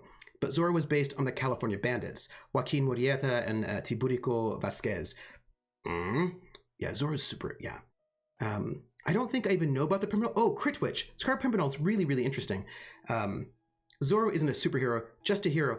Although technically, Batman wasn't a superhero. Batman also didn't have superpowers, right? So like Batman didn't have superpowers either. The Shadow did, because he had the ability to cloud men's minds. But, right, I mean, so Batman didn't have technically superpowers. He was just super smart. I know Bar, his skill was so far above, yeah, right, so yeah. Looking at the Scarlet Pimpernel, he rescued rich aristocrats from French peasants during the Reign of Terror, so he's like an anti-superhero? Well, they were reading the Reign of Terror people as not being good, and aristocrat, like, you know how they are. I like that before there was Superman, there was Doc Savage, Man of Bronze. Oh, I have some of those early pulps. He had a Fortress of Solitude long before Soups. The Shadow knows. Oh, can I just do this really quick? Who knows what evil lurks in the hearts of men? The Shadow knows. Just real quick. Just real quick. Wanted to do that. That's it. You think that's why I'm here? To scratch an itch? I don't know what's up with you. Isn't it? I don't know what's up with you. You stuck your neck out for me. You went against Tanya's orders. You risked using your powers twice. All just to help me. Never in my life has anyone treated me half as good as... Beowulf. Game. Ooh. There's a question, though, about demigods and superheroes, right? If we want to make a distinction. Because of secret identities. Game. Come on, everybody. I said, now let's play a game. I bet you I can make a rhyme out of anybody's name. The first letter of the name, I treat it like it wasn't there. And then a B or an F, or an M will appear. And then I say bow at a B, then I say the name, then banana, fanner, and foe. Then I say the name again with an F, very plain. Then a fee, fi, and a mo. And then I say the name again with an M this time, and there isn't any name that I can't rhyme. A neo, boba neo, banana, fana, fofa, neo, fee, fi, mo, ma, neo. A neo, a neo. Are you gonna be here for a Critical Role tonight? Are you gonna be here? Are you gonna be here? Tell me. Tell me if you're gonna be there. So there's a question. Thank you for the resub, a Neo. There's a question about secret identities and superheroes. Krellin says, I think the secret identity is what differentiates a superhero from a mythic hero. Like, I actually think there's something about that, right? I think there's something about the secret identity that's important to a superhero versus like a mythic hero or a demigod. And also, it's not like Heracles was really a hero. Heracles just did stuff. Yeah. Do you know what I mean? Like, some of those mythic heroes were not people you'd want to meet on the street because they wouldn't necessarily help you. I mean, they might, or they're just kind of doing their own thing, you know? I would argue King Arthur was a superhero if anyone from Yore was. And Bar Garwin, see, again, I don't know about that. I think if we want to go from Yore, probably one of the closer versions would be Robin Hood, right? I feel like would be a closer version to a superhero than King Arthur, because King Arthur was never... Like, he doesn't, like, he's King Arthur, like everybody, right? Yeah, because Beowulf, Heracles, they didn't hide behind another persona, yeah. And that wasn't, like, there's, like, a tension, I think, in terms of superheroes. I think, like, a thematic tension between their regular life and their superhero life. Like, they're masked vigilantes in certain ways. Right, they're masked vigilantes. And I feel like the closest would be like Robin Hood, because he's sort of a masked vigilante. I mean, he's not masked, but he has a fake identity, right? Like he's under a new persona. Yeah. Was it the name that entered the thought, or the other way around? That's a good question. Koldrick says, way back in the 70s, the author Philip Jose Farmer did a convoluted family tree that showed how the shadow was related to Tarzan as well as Zorro and earlier masked heroes. Oh, that's interesting. I will try, but I'm an episode behind, so I might watch that one instead. That's fair. I don't know. Are there superheroes in modern Earth aren't masked? Although they might not be masked, but like Superman is not masked, but people don't know that Superman is Clark Kent. Do you know what I mean? Like they don't realize that they are the same person. Lancelot or Galahad could be superheroes. Are we forgetting Altair ibn la Ahad? Oh, good one bringing up the original, right? The modern era plays a lot with anti-heroes and non-heroes, and even Tony Stark's I'm Iron Man still operates behind a mask. Yes. By the way, we're going to do the giveaway right now for this game, Wicked Willow, which, by the way, I have been really enjoying a whole lot. So I'm excited to give this away, to technically give it away now. What I gotta give it to the chat stream.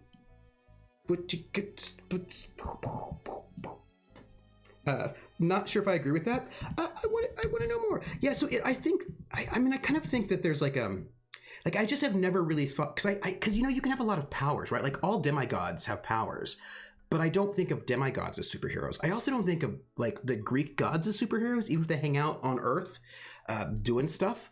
Like they have superpowers, like without a doubt. And demigods have superpowers, but I never really thought of them as heroes. Because they don't tend to do a lot of saving of people. If anything, you don't really want them involved in your life, because it's never good. Like, it's never good when the Greek gods are interested in you. It's always bad. Like, whenever they get interested in you, you're probably going to be turned into something terrible for all eternity. You know what I mean? Like, and maybe you shouldn't boast about how you're better at things than them. That they hate that.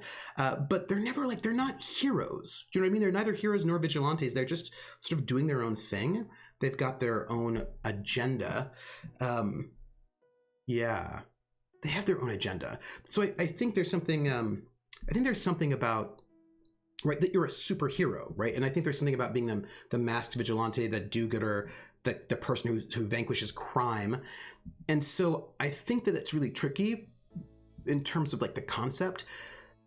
I suppose Robin Hood, isn't it? Because what we consider heroic has changed.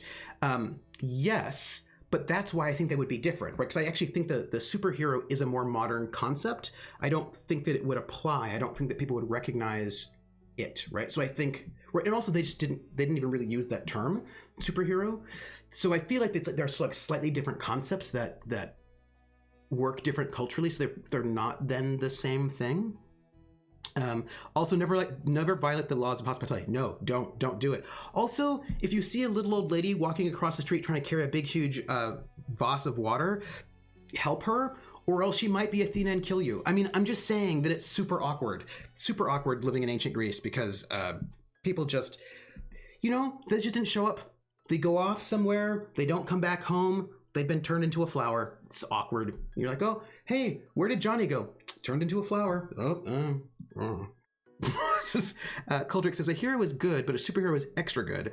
They should possess abilities that are more grand, more powerful, and with wider application than others, most of the time even possible for a normal person. I suppose it depends on how far back you go, sort of, right? Their actions through these abilities would exceed customary norms, levels, or limits. Their personality traits and characteristics are of the highest moral standards. Depend on your era. Most importantly, the superhero not only helps anyone in trouble, but also teaches everyone important life lessons about how to be a good person through example. Again, that's pretty, that's depending on era. I think a hero is an ordinary individual who finds the strength to persevere and endure in spite of overwhelming obstacles. They are the real heroes. And so are the families and friends who've stood by them, Christopher Reeve. Yeah. Hey, Volpez. So yeah, I think it's really tricky, right? Because, what a hero was in the 1940s is not what a hero was in the grim, dark 90s. Do you know what I mean? And so what we think of a superhero has really shifted radically. And you can see that in debates over the films, right? The ancient Greek concept of heroes was totally different from the modern concept of hero. Totally. Heroes had to be extraordinary not to be good. Yes. So Krellin, Krellin, Krellin, Krellin, Krellin, Krellin. Krellin, I would like to send you the code, the secret code. Okay, good. Thank you, Krellin. I am going to send you this code right now. Whoop. Yeah, and I think it's super interesting because again, right, some of the heroes in ancient Greece were not particularly very nice, nor did they help people. They just had extra powers, but they could care less about other people. Yeah, so I think, and conceptually, I'm sending this right now. Good, yes. Congratulations, Krellin. Yeah, and I think like conceptually, we'd have to like ponder, is the superhero, thank you, Rissa. It's a Hanukkah miracle. Krellin took a game. Is the superhero fundamentally an American concept that then gets exported or not? Because I feel like we could see these earlier precedences. You get it. Yeah. And you have an extremely interesting relation between heroism and death in the ancient time. Oh, that's true. I care about you, whether you're useful or not, human or not. The Shadow's a weird one. Depending on what origin you were told, he was a disgraced soldier for hire that became an Asian area drug crime lord turned vigilante.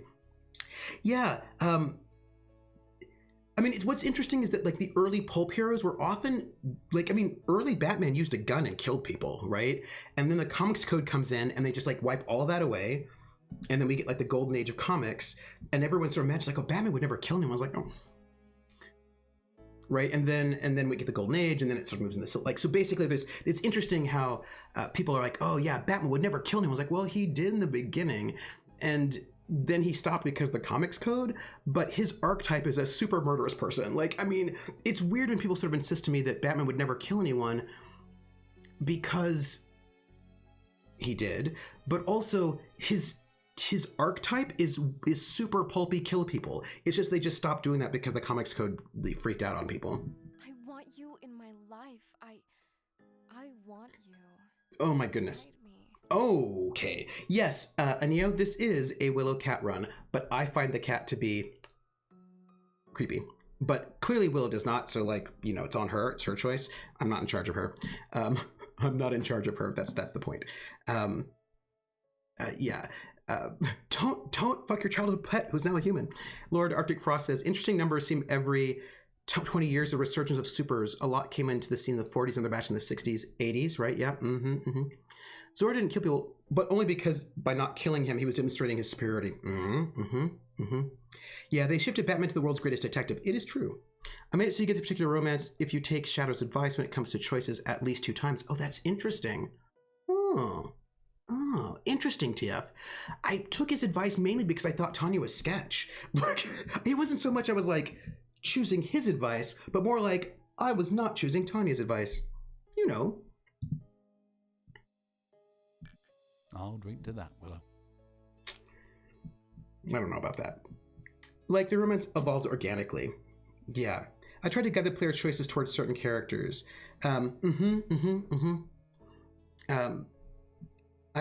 Yeah, it's interesting, right? Because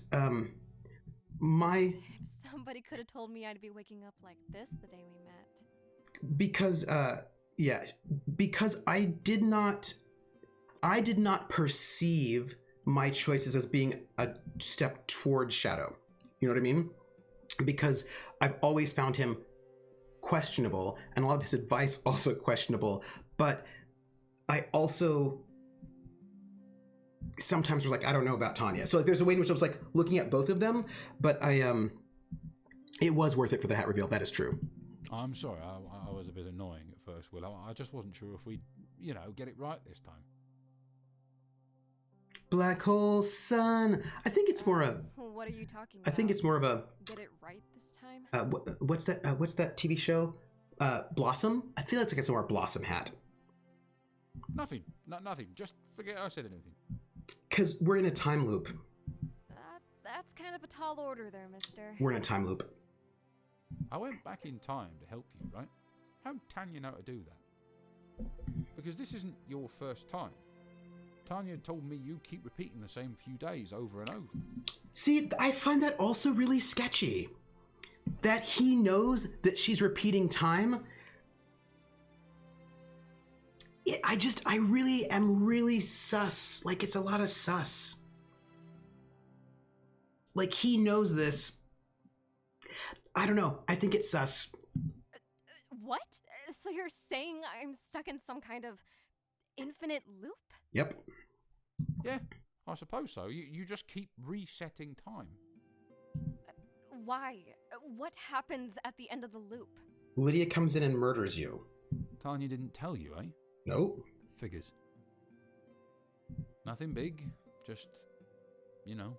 So here's the thing though, Krellin. Clearly Willow likes him. I may not like him because I think he's sketch, but she seems to be into him, you know, and that's one of the things is that I am guiding the character Willow, but I do not control Willow in my mind. Like, in my mind, I know that's kind of weird because I technically am playing the game and therefore I technically control the character, but I imagine that she kind of has her own inner life and I'm just sort of here as the player. This is super philosophical and it has to do with a game that I'm working on right now, a visual novel that I'm working on that I have not had time to finish, but hopefully I will. But you know how my life is. So like I kind of The end of the world. The end of the world. Oh. Yeah, so I just sort of feel like personally, like I don't... This goes into shipping, to be honest. It's a conversation about shipping. One of the things I've learned in life is that drunk college students don't make good life decisions well. What was that semi-comedy movie where the girl keeps dying and we're living the weekend? Kind of Groundhog Day, only with a slasher? Ooh, that's a good question. The end of the world? Yeah. Fucking A, Shadow. Why didn't you tell me? I know. I didn't want to ruin our perfect day. Again. Neither do adults. Hold my beer and watch this. Uh-oh, crit to Twitch. Is that a crime? Well, it ought to be. Again, Shadow, you are not doing a lot to endear me to you. Okay, how much time do we have left to prepare? Let me see. Today's about 5 hours? Well, you just did ruin the perfect day. 5 hours? The world is ending in hours and you just didn't want to tell me? Well, I knew if you had one day left on Earth, would you want to spoil it worrying or make the most of it? Fuck. Don't worry, you'll get a redo. Happy Death Day. Hey, Oh! if you're mad at me. No, you know what? I'm not mad at you. I'm mad at myself. I've known. You were nothing but a selfish bastard since the day I met you. I'm Irish. We ran our nation for 300 years completely hammered. Started wars of religion and everything. Tadkill, I have an interesting bit of trivia for you that you might find fascinating. Or not. I don't know. I myself think otherwise. You know... No, there's still... Time? Huh, of course there's time. 5 hours? After all, I am a witch, right? I've handled everything else so far. Satire. Saving the world. I got this. I know it's satire, but I do have something to tell you. Where do I go? To Tanya's? She's not going to help us. And? Then where? I don't know. You don't know? So what are we supposed to do? Just show up to class like today's a normal day? I don't see why not. Oh, yeah. Yeah. And just imagine where the world could be if the Irish had never gotten drunk. Cold fusion, clean energy, world peace. Tadkill? The thought of just sitting in that classroom, waiting to die. That's what you've been doing every day, haven't you? Just counting down the minutes. Except that he knows there's going to be a redo. Well, I can't do it. I won't. Oh. If the world does end, I'll be damned if one of Lydia's self-righteous lectures is the last thing I hear. I'm going to see Tanya. I don't care if she doesn't want to help. I'll make her listen. Okay. All right. If you say so, we'll give it a shot. We? Oh, I don't think so. You've done enough fucking this up, Shadow. I'm going alone. Is that a good idea? I don't know. Lydia. Oh, no. Aren't you supposed to be Okay. in class? So, like, it's going to get bad right now, so I need to say something first. I need to say a bit of a trivia thing before we get into this kind of terrible thing that's going to happen, because we know this is going to go badly. We just know that, so we're going to, so I did a thing once. I was, if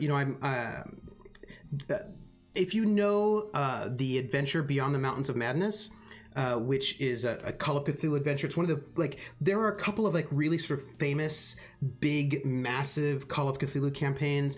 Massive Nyarlathotep, Horror on the Orient Express, Beyond the Mountains of Madness. And Beyond the Mountains of Madness has not been reprinted yet, I don't think, for the new edition. But the woman who wrote it was my GM, was my Call of Cthulhu GM. She wrote it with her husband, Jan and Chaz Engen. And so when I was gaming with them, they were working on Beyond the Mountains of Madness. And so that was happening right when we were gaming with them. And so she was my GM. And what am I, oh yes, I know why I'm telling you this story. Sorry. We were in a game, and the game that she's running is, I think, one of the longest continuously running campaigns ever. It started probably in 1980 or so, somewhere around there. It's a Call of Cthulhu campaign, and I started playing in that campaign called The Stars Are Right when I was in high school, so like 88 or so. I played from 88 to 89, then I joined the army, then I was away. When I came back after the army in like 97, I picked back up and I played again from 97 to 2001, and then I had to leave. And this is like and the campaign is still running, right? So it's still actually running today. It's like 50 years old, right? It's still going on. The game started in 1920, and when I was playing, it was like 1929. Anyway, the point is that every year in game time on New Year's Eve, and also I suppose I should mention this is important. There were like 30 players in this game, about between 25 to 35 players at any given time, and we would all be in different groups. So like usually like groups of 3 to 5 players would be a party, different parties. And so the game itself consisted of like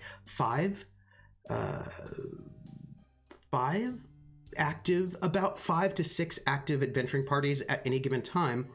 And what would happen is that we would usually play like once to twice a month, because she would have the calendar set up. She would run every Saturday and Sunday, and I think she took one weekend day off a month, and we would all sign up. Like, our party would sign up, and so usually if there were like 5 of us, we could usually get in between once or twice a month. Often, between once and twice a month. So like we usually get like 3 sessions in 2 months. I always feel that somebody's watching me, and I have no privacy. Whoa, I always feel that somebody's watching me. Tell me, is it just a dream? Thank you, Total Geek the First. Thank you for that follow. Okay, so this would happen, right? So we're gaming, and this also means that we have to like keep really good records, but all of our parties are spread out through all over the world, right? When I first was playing when I was in high school as part of the Hollywood crew, we were set in Hollywood. I later became part of the Islander crew, and we were in one of the Orkney Islands. And so there are like these different parties are all over the world trying to stop the badness. And so every New Year's Eve in game, all of the parties would come together at this secret castle to sort of strategize about how to stop the things man was not meant to know. There's a reason for the story. It has to do with what we're talking about, Tadkill. So, and every New Year's in-game was not every year real time. It was usually like every 5 or so years real time. Avengers Assemble. So I happened to be there one time when the New Year's Eve event was going to happen. And what they did for the New Year's Eve event is that they would rent a period hotel that was in San Francisco. It's like a small hotel, like a really small one that was like from the 1920s. And we would all dress up in period costume as our characters. And we would all go to this hotel, and then we would all have a dinner, like a sort of banquet dinner. And we would then LARP basically our plans for the next coming year. And here's what's important. This goes back to Tadkill's comment, right? So what we did was we actually had a period dinner. So we had what you would actually have had in the 1920s. And do you know what I learned about people's consumption habits in the 1920s? And that is, it was a lot of alcohol. It was not a little bit of alcohol. It was a lot of alcohol, because when we first got there, before everything started, we had like port or sherry. Before we even had dinner, like we're hanging out in the lobby chatting about Cthulhu, port and sherry. We go into the dinner and there's like multiple courses, and with every single course there's alcohol. And then at the end of the dinner, when we're done for dessert, then there's more alcohol. What I'm trying to tell you is that people in the past drank a lot of alcohol. It was like, it's kind of astounding how much people drank. And also smoking. Yeah, they smoked a huge amount, they drank a lot, and I think that it's hard for people who have not lived through it. Like, I mean, I didn't realize how much people drank in the 1920s. And not me, because I'm youngish enough, but like my parents drank a lot. And my parents were like, you know, yeah, it's a substitute for green water. And then Prohibition changed our entire culture. Although the thing is, I actually think that Prohibition actually made it people that drank more in certain ways. The New Year's meeting seems like a good way for the GM to gauge where the story's going. Yes, it was very, very smart. Because my dad drank a lot too, as did my mom, in ways that people would never do today. Specifically, he worked at a newspaper. He was a clerk, right? And you would go to work, and then at lunch you would go to a bar and you'd drink, and you'd have like a beer or two during lunch, and then you'd go back to work. And then at the end of work, you'd go back to your the bar that was related to your job, and you'd have to be 1 or 2 beers, and you'd go home and you'd drink there too. And bring on the cult of Dionysus. Yeah, it's just that oh, Trooper, my sweet summer child, you don't know how much people drink in regions that produce wine. Well, that's probably true. But like the U.S. has gotten a lot drier than it used to be. I mean, when I was growing up, there were like neighborhood bars everywhere, and people would always just sit there, like you'd like pass by the neighborhood bar when you're like going to school in the morning or coming back from school in the early afternoon, and people would be in there drunk. It was like, you know, there was just, people just drank more in like the 70s and 80s, and people have really sort of started drinking less in the US, and I just think that's interesting. I could say the same thing about you. Actually, Willow, I came here hoping to find you. She's probably gonna kill you. We need to talk. Maybe she won't kill you. Yeah, can it wait? No, don't be rude. I actually have to talk to someone else first.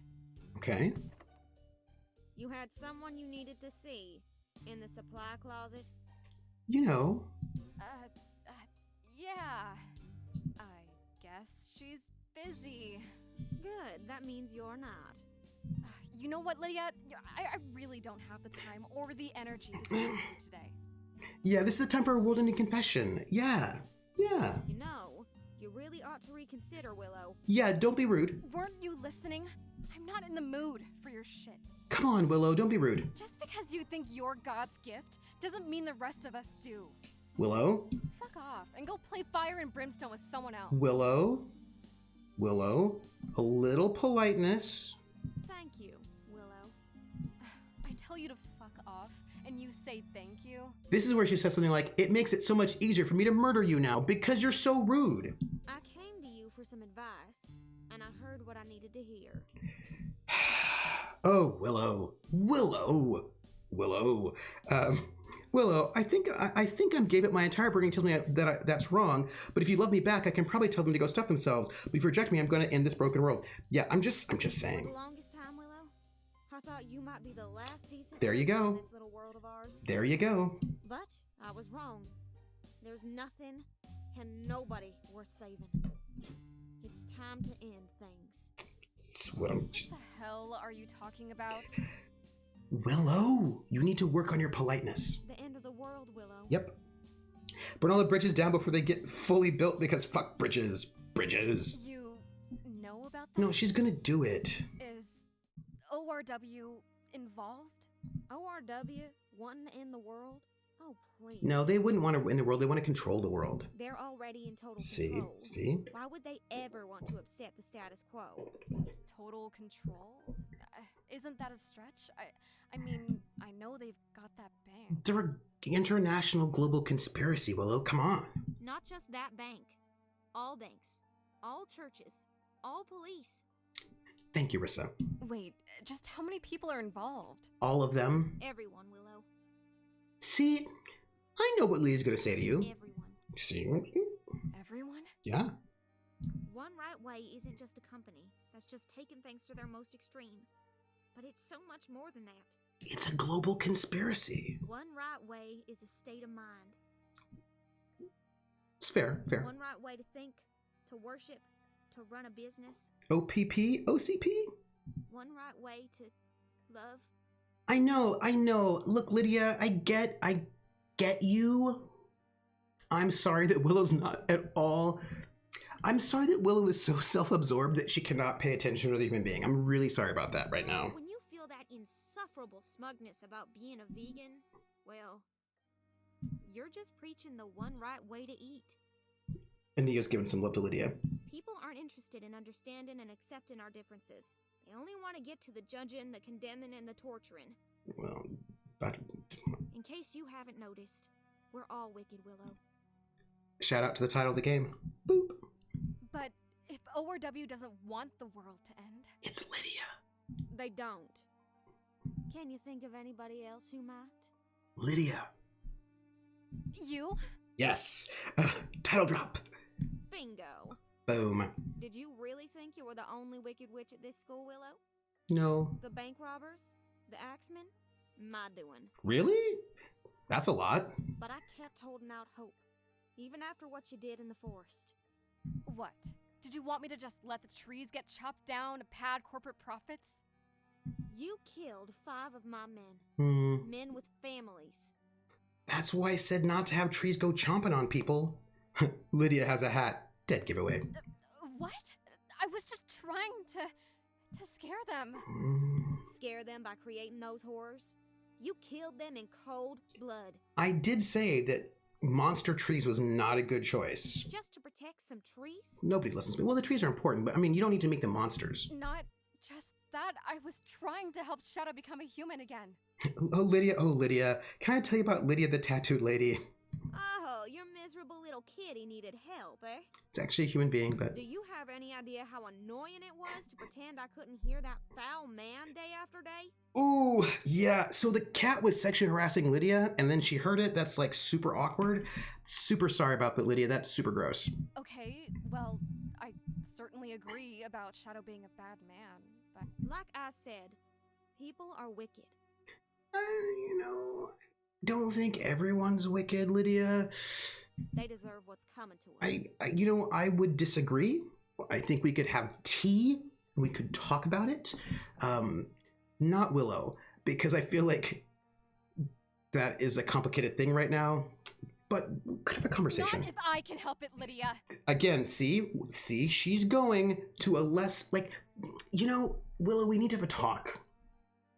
We need to have a talk, but not this cycle. You're not there yet. Yeah, but she's got, I'm very concerned.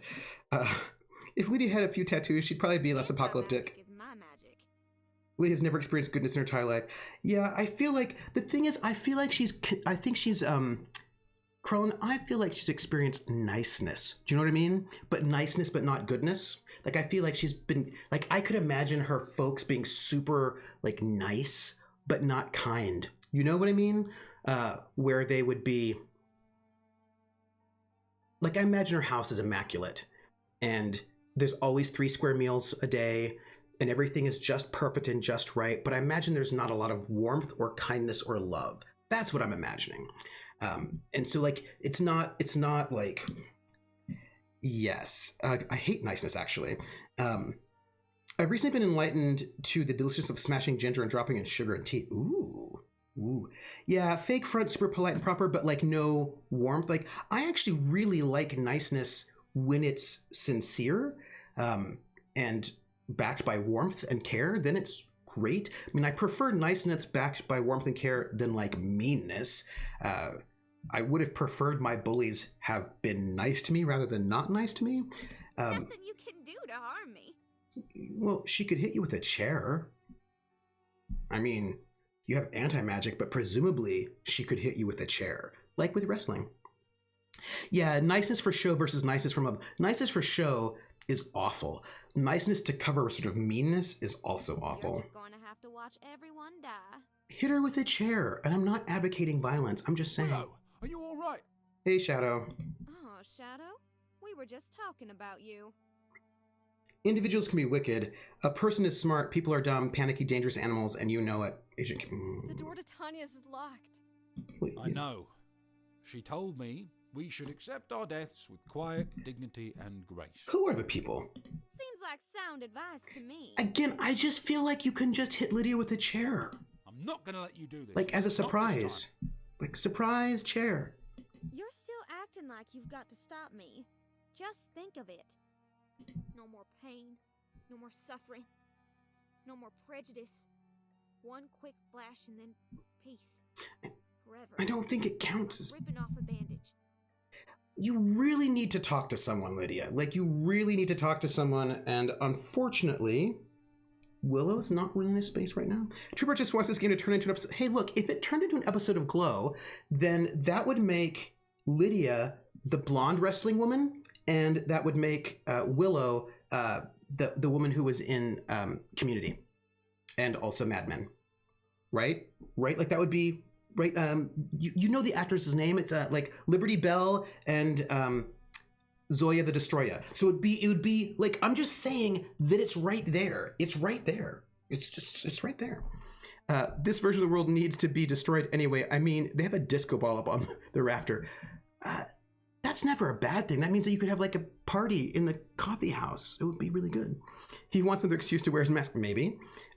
You are anti-magic, but are you anti-chair? Whoosh. Alison Brie. Thank you, Baron Tor. Like, so we've got Alison Brie, and then Just how to do it too. Disco's good. Yeah, Disco was good. I mean, dang it, people. You just reminded me that I really want to do a musicology lecture for you all on Disco. Like, I really want to do that hardcore. I want to do a nice... I need to talk to that lawyer. There have been dozens of witches throughout the years, stopping World War III, stopping nuclear missiles from flying. Their enchantments encircle the globe, threads hanging in the air, like a spider's web. All I have to do is tug on one of those strings, and it all ends. Thanks to my anti-magic, it should be easy. Don't call it disco fever. There's a pandemic on. Oh gosh. Do you know how awesome it would be to be able to do like a full musicology stream on Disco, and not like, because you know when I teach classes, I usually get, I don't want to talk about it. It's so terrible. Like here where I'm teaching, both the places where I teach, like my classes, if it's not a seminar, it's like an hour and 15 minutes.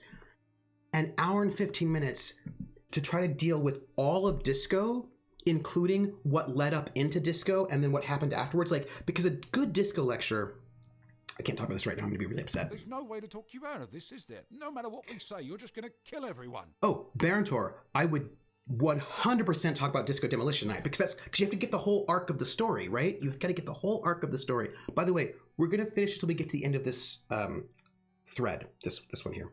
That's right. The world has left me no choice. I mean, you know, because the thing is, Curlin, I can condense it down to an hour and 15, but it breaks my heart, because really you want to do, because I can basically put 6 to 7 songs on the syllabus for a class session, and I can usually play between 3 to 4 of them. So you're thinking I've got 3 to 4 songs total to cover 4 different eras of disco, and that's really hard. Like, that's really like, that is not... No, Lydia. That's not good. It's you who's left me no choice. It comes from the word discotheque, right? So it's short for discotheque, where you go and dance. It's, I mean... So, oh my gosh. Magic is your power, eh? But can you stop regular bullets? I was just gonna go with a chair, Shadow? Like, you've gone, that was I was just gonna go surprise chair. Like, surprise chair. I think we're towards 6-hour streams. The term disco is shorthand for the word disco. Yeah, French word for library of phonograph records, derived from bibliothèque. You think you can threaten me like that? You're not, you know, Shadow, she has magic, which means she can do magic things by thinking about it. It's like Firestarter with psionics. So warn her. You just hit her with the chair. I don't need to shoot her, though. You're just going to shoot a beautiful young woman, the pride of ORW, in broad daylight. That's why you hit her with the chair. Chair. How do you plan to get out of that? I don't. Yeah. Oh! Oh my goodness. Shadow! Oh my goodness. Oh my goodness. Any news? Wow. The governor denied the clemency petition. Clearly, because she worked for ORW. That bloody bastard. You're not going to get any help if everybody worked for the one right way global conspiracy and she was one of their people. They didn't know she was about to end the world. Like, you're going to be like, it's not good for you. I don't know if he's on ORW's payroll or not, but it doesn't matter. iShield says, well, that's one way to end the time loop. Nobody would ever believe us about Lydia. Of course not. I wouldn't have believed it myself if I wasn't there when it happened. Yeah, maybe you can magic this away. Any luck with Tanya? No. Still nothing. Door's been locked since Lydia died. I mean, you could turn back into a cat. Tanya always thought one way or another she'd never see you again once the date passed. Guess she was right. Well, I mean, she could if she wanted to. It's just not fair, Shadow. This is all my fault. I never should have dragged you into this. Except that you didn't. Tanya did. Like, this is really Tanya's doing and she didn't talk to you. And also, you could maybe turn him back into a cat. Willow, it's fine. Yeah, it's good that the police let him keep the bow Force me tie. to pull that trigger. And if I didn't, I would have died in a nuclear blast, right? I mean, if I have to die so everyone else can live. Yeah. Sounds like Jesus. What a sick irony that you have to be Christ-like just to stop Bible-thumping Lydia. I really wish that you, Willow, that you could work on seeing Lydia, you know? So, when's the execution date? A month from now. Oh, again, turn him into a cat. Well, at least there's still time. Turn him into a cat. Time for what? I talked to the deacon. He says he'll be able to... Are you going to get married? To what? I know the circumstances ain't exactly ideal for this, and I sure as hell wish I had a ring to offer you, but... Also, you have magic. Yes! Shadow, yes! I'll marry you! If only they allowed conjugal visits in here, eh? Again. It seems so cruel we only had that one night. You know, I'm glad that you two are happy. Shadow, I stand by my offer. I could try to start a riot, or an earthquake. I know. Again, just turn him into a cat. I could blow a hole in the side of the building. Just turn him into a cat. I told you, I don't want you to risk killing the other prisoners, plus I'd still be a fugitive, right? Let's just turn him into a cat. All this power, and there's nothing I can do? Turn him into a cat. First time I tried to save a life, I killed your father, Willow. The last time I tried to save a life, I ended up here. I'm done with tempting fate. I'm ready to go. Or she could just magic a hole in the wall. Like, you don't have to like make it explosive. Like it's always like explosions with you, Willow. Subtler. It's just a little... What's that word you love so much? Irony? Irony? Isn't it ironic? It's like rain in your wedding day. It's just a little irony that... It's a free ride. Ironic, if you're using it as an adjective. When you already paid. I'm gonna die and you're nitpicking my grammar. I mean, seriously, what's that gonna do? Let me speak more proper in my last 30 days of being alive? I know, it's not irony. Fine, what's so irony? I spent so long trying to become a human again. What I wouldn't give to be able to slink out of these bars. Again, I'm just saying. Wait a minute, Shadow, that's it! That's how I can get you out of here without risking anyone else's life and without you being a fugitive. You could have just asked me. I'm just saying. I'll just turn you back into a kitty. Why didn't we think of this earlier? Because you weren't listening to me, Willow. Because it was literally the last resort? Still better than being executed, right? Let me see. Scratching post or electric chair? Tough decision. Forrest, here we come. I can become a cat in heat and we can make kitties all night long. But also, again, he could have hit her with a chair. And once knocked out, they could have, I don't know. Let's go back to the forest. Turn you back into a... Nope. Wait a minute. I just realized something. What? We have to save the forest a second time, don't we? Why? You just realised that. Don't you walk by this forest every day? Thank you, Coldrake. I haven't been to school since the day Lydia died. Okay. Why the hell not? Because, you know, I feel like maybe she took a leave of absence from college? I've been spending all my time trying to work on your case. It's fair. How was I supposed to pay attention to class when your life is on the line? You should go back to school, Willow. Beauty school dropout. I will. After we find another forest to save, of course. I don't care if we have to go to the ends of the earth. Huh. Is saving the... Oh, I imagine saving the forest is the karma offset for turning him back into a human being. Tanya never said it was safe to do twice. Well, that's also true, but when do you listen to Tanya? But even if it were, Willow, if I was a human, I'd still be a fugitive. No, she's 20. She's 20, Anil. Government and ORW. If anyone ever found me, both our lives would be in danger. I don't know if that's true. But, Shadow, what are you saying? Like, I imagine that they're probably looking for you anyway, Willow. I mean, I'm just saying you haven't been subtle so far, and you killed Lydia, and I imagine you were there when the police came in. Maybe you ran. I just feel like they're probably onto you, and I just don't feel like you're that safe anyway. Nobody listens to me. I knew. From the moment I slunk out of those bars. Yeah, Baron Tor. I was probably a cat again for good. No, yeah, you could totally change his appearance. You can make him look like somebody different. Like, this is like, you know, doable. Well, we'll figure something out. Let's just go home and... Go home. I wanted to be very flawed protagonist. Oh, yeah. It's just that, like, and I imagine that in a different playthrough, like, she just hasn't got to the point. You know what I mean? Like, it seems to me like she's, at this point, she's so wrapped up in herself that she's not been able to see other people. Yeah, like, she's not been able to see other people yet. And if she could see them, then she might be able to sort of like she's lacking a little bit of empathy because she's a little bit too inward focused because, you know, she's got trauma and all that. And like, I understand why she's inward focused. I'm not mad at her for it, but I would like her to be able to sort of move out of her outside. Like, I mean, she wasn't even paying attention to Avery. Like, there's a lot of inward focus, and I know why, because she's got a lot of trauma. She's dealing through a lot of stuff, but it would be really great for her and the world if she could come to a space where she could sort of move a little bit outside of herself.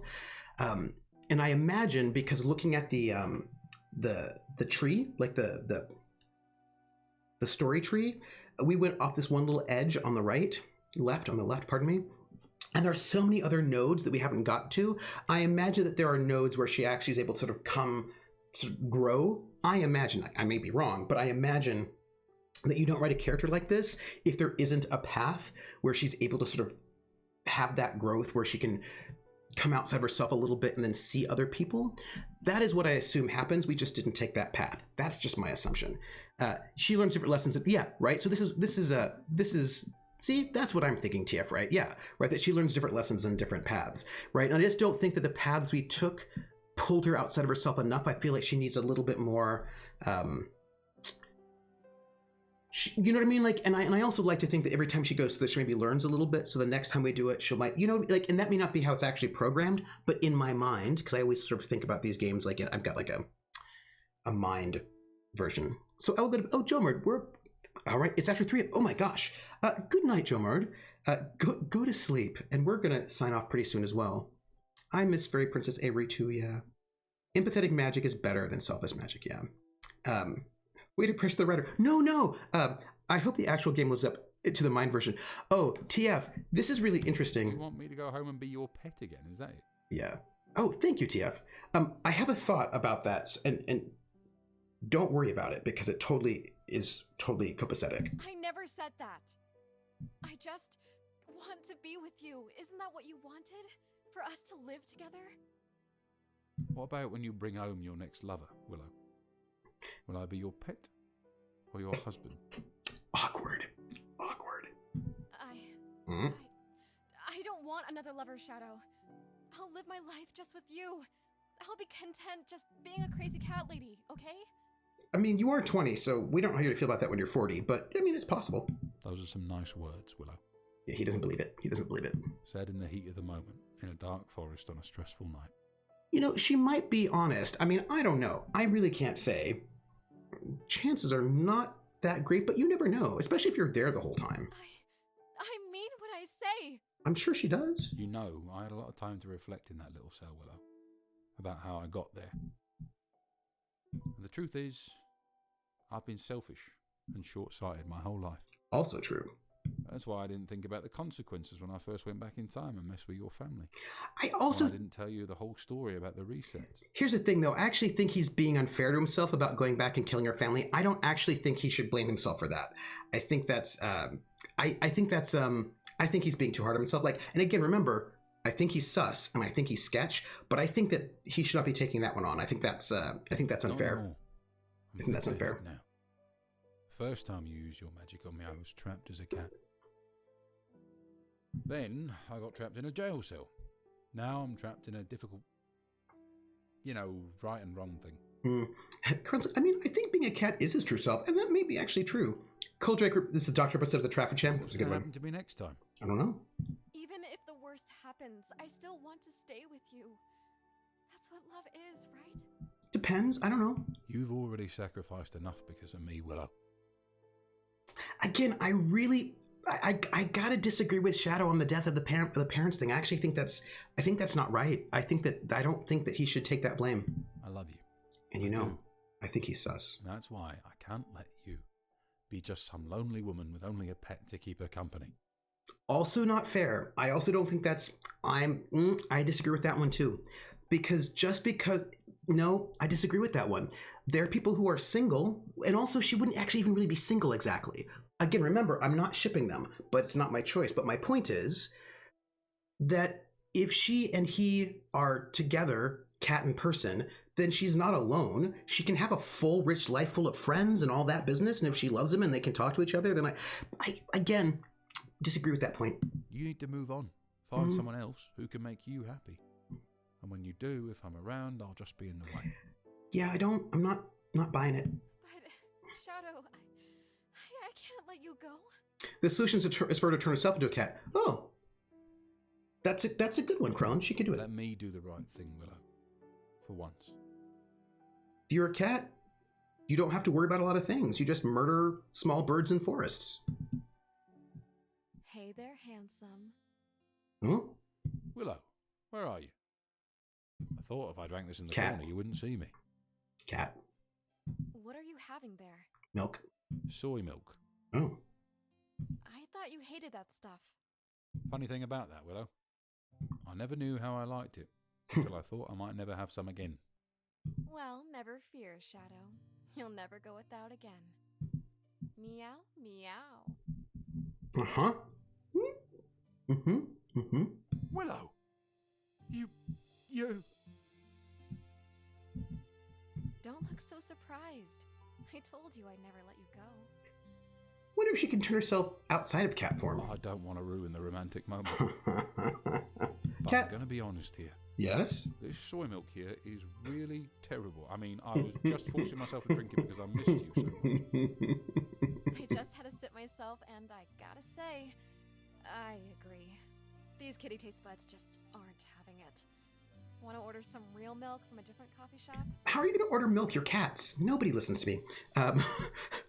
Murder small birds and Lydia. Smart. Look, the artist did the necklace and even the cheek freckle, right? I think it's great. Like, it's really good. Like, that's really good. Willow, neither of us can talk now. I know. That's what I was saying. Yeah, totally forgot.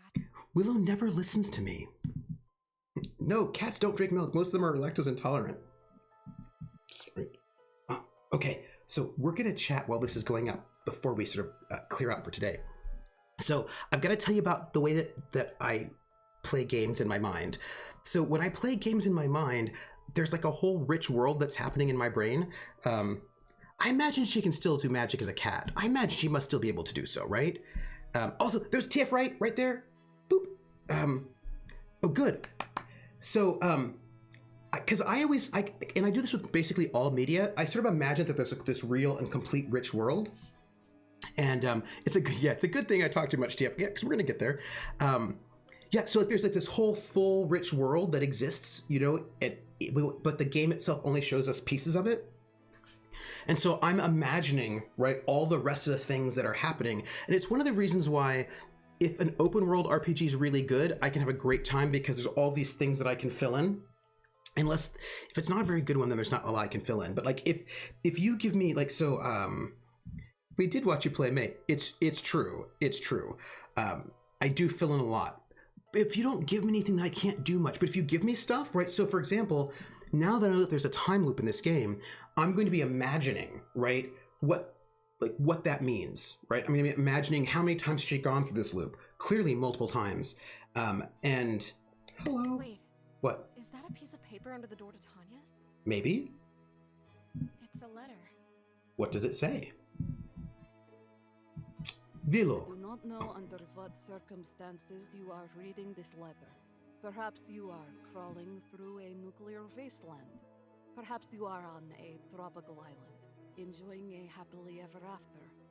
Or perhaps something else, beyond the reaches of my imagination. I do know that you have the power to reset time, Willow. And I must ask you to use it. Regretfully, I cannot tell you why. I can only ask that you trust me. We must try one more time. Just once more. That is all I ask. I will be awaiting your return. Yours, Tanya. Look, Tanya distresses me quite a lot, is all I'm trying to tell you. She distresses me quite a lot because she could tell me in the letter, because I'm going to reset time and forget it anyway. She could just tell me, for heaven's sakes.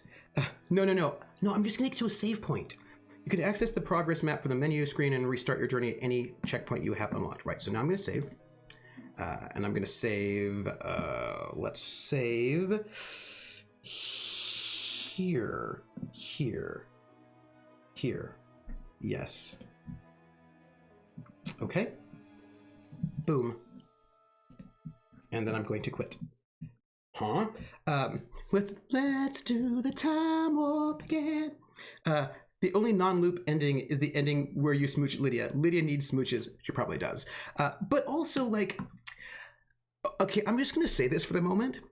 I do not yet feel like Willow should date Lydia. I think that Willow needs to grow a little bit, where she can be less hostile, and they can have I only want those two dating when Willow learns a little bit about treating because I don't want them to date if she's going to be super hostile. Do you know what I mean? Because that would make me sad. But I know it's going to happen. I know it's viable. I know that there will be a version of their romance that I will like. I just have to wait. For it. Like, we've got to find their way through it, is what it is. Thanks for playing thank you. That's just 2 endings, and there are 8 endings total. Y'all, I actually think Lydia's having a Buffy moment there at the end. So give me something to sing about. Yes, I totally agree too. That's totally what she's doing. Totally what Lydia's doing. Totally. There's a hidden character that I don't think you have met yet. Ooh. Okay, so chat. First off, I would like to thank TF Wright for being here in chat with us so that we could like experience the game together. So cool. And what a great game. I really appreciate it. And this game is in Steam. Wicked Willow. It's at Steam. And on Steam. That's how you pronounce that, right? That's how you pronounce it. It's on Steam. And you can pick it up.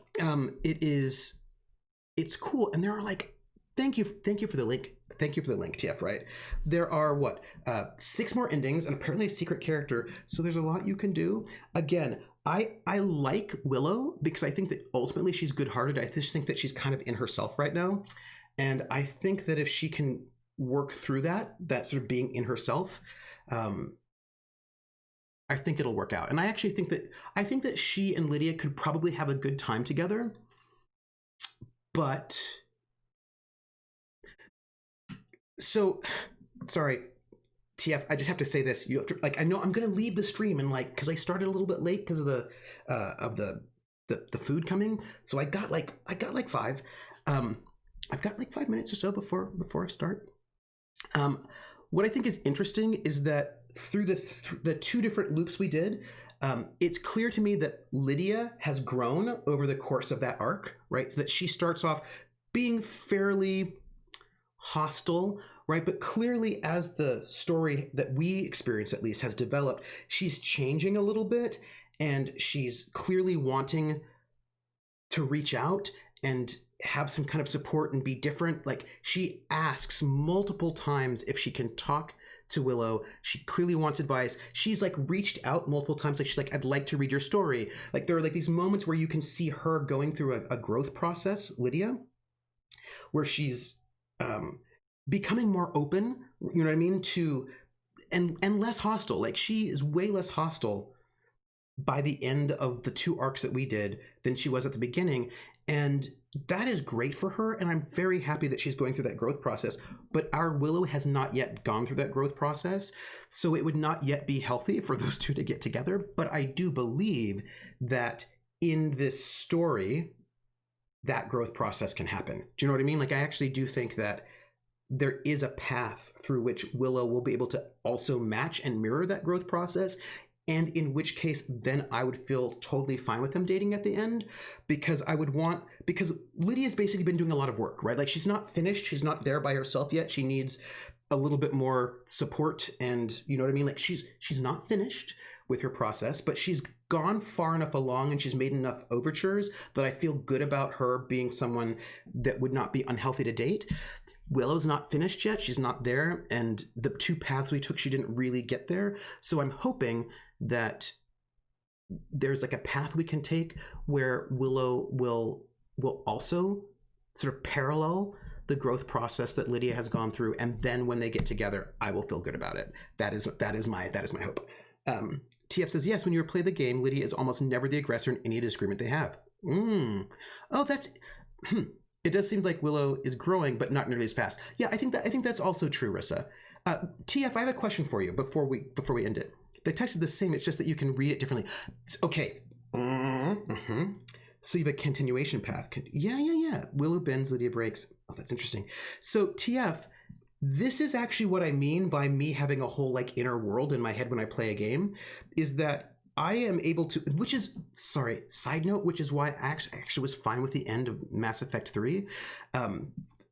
Side note, because when I read the text itself, my reading of the text is colored by my experiences. And so if I've looped it more than once, I'm going to read that text now a new way with the information that I have gained. So for me, even the same text can mean very different things because I've gone through the game multiple times, and that tends to be how I play.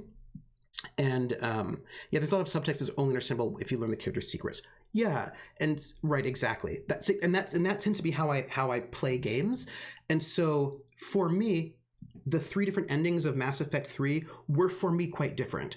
People are like, oh, it was all just the same thing but different colors. Like, well, but the implications were so different, right? Like, and so for me, I'm able to, that's kind of how I just play. I was like, oh yeah, no, that ending is totally different from that ending, which is totally different from that ending because of the kind of large context that was built up. So I was actually fine with it because I do that reading. So I think it's really cool about Wicked Willow that if I play it again, I'll be able to sort of read in through the experience that I've learned and have a different inflection, have a different story. And so I'm very excited about figuring out else. Like because here's the thing, to be honest, I just want you to know, I really want Willow to grow because I actually like her. I like her character.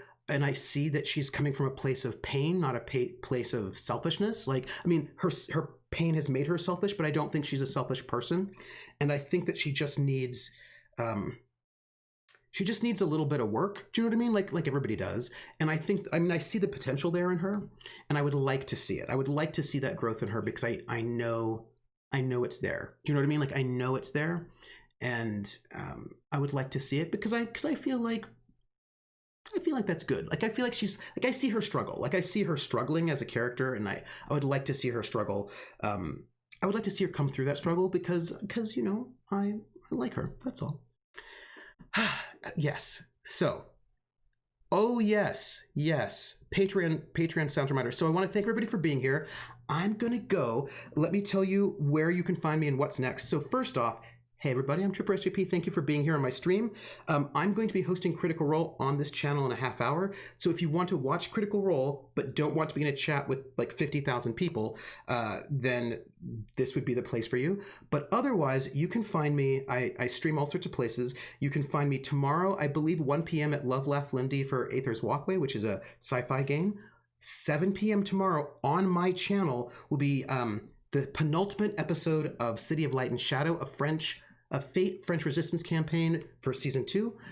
Saturday, you can find me playing A State of Affairs, a Good Society RPG, which is a Jane Austen RPG, and that's over at Table Story.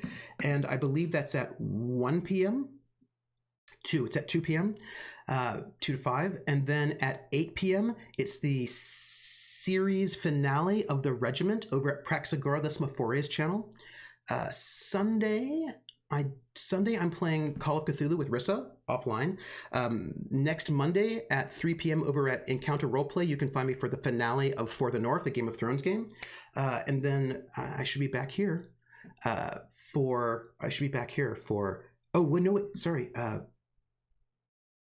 next Thursday, I will be over at Little Red Dot's channel playing an Overlight one-shot, which is a prequel to the Overlight game, and you should totally check that out. That's really fun.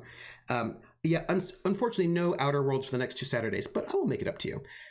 You can, if you'd like, you can follow the channel, which is probably like follow button somewhere, or you can subscribe if you like. But we have a Discord. You can super join our Discord, and we're very friendly there. Come and join us.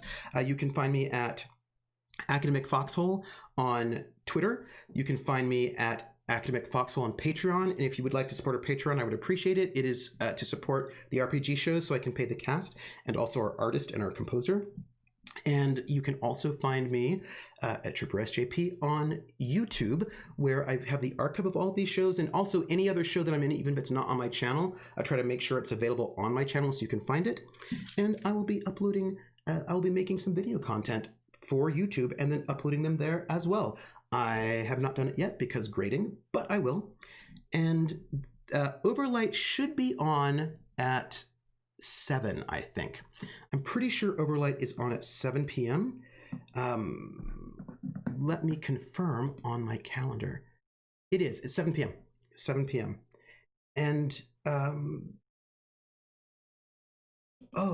last thing, it should be Wednesday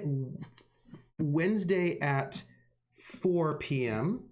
over on Kobold Press. It's a short 3-shot RPG it's a D&D RPG that I'm in. I'm playing a barbarian who will not rage, and that's 4 p.m. over at Kobold Press, and I'll have it on my schedule about 7 p.m. Eastern. Yeah, but it should be also put up on the YouTube.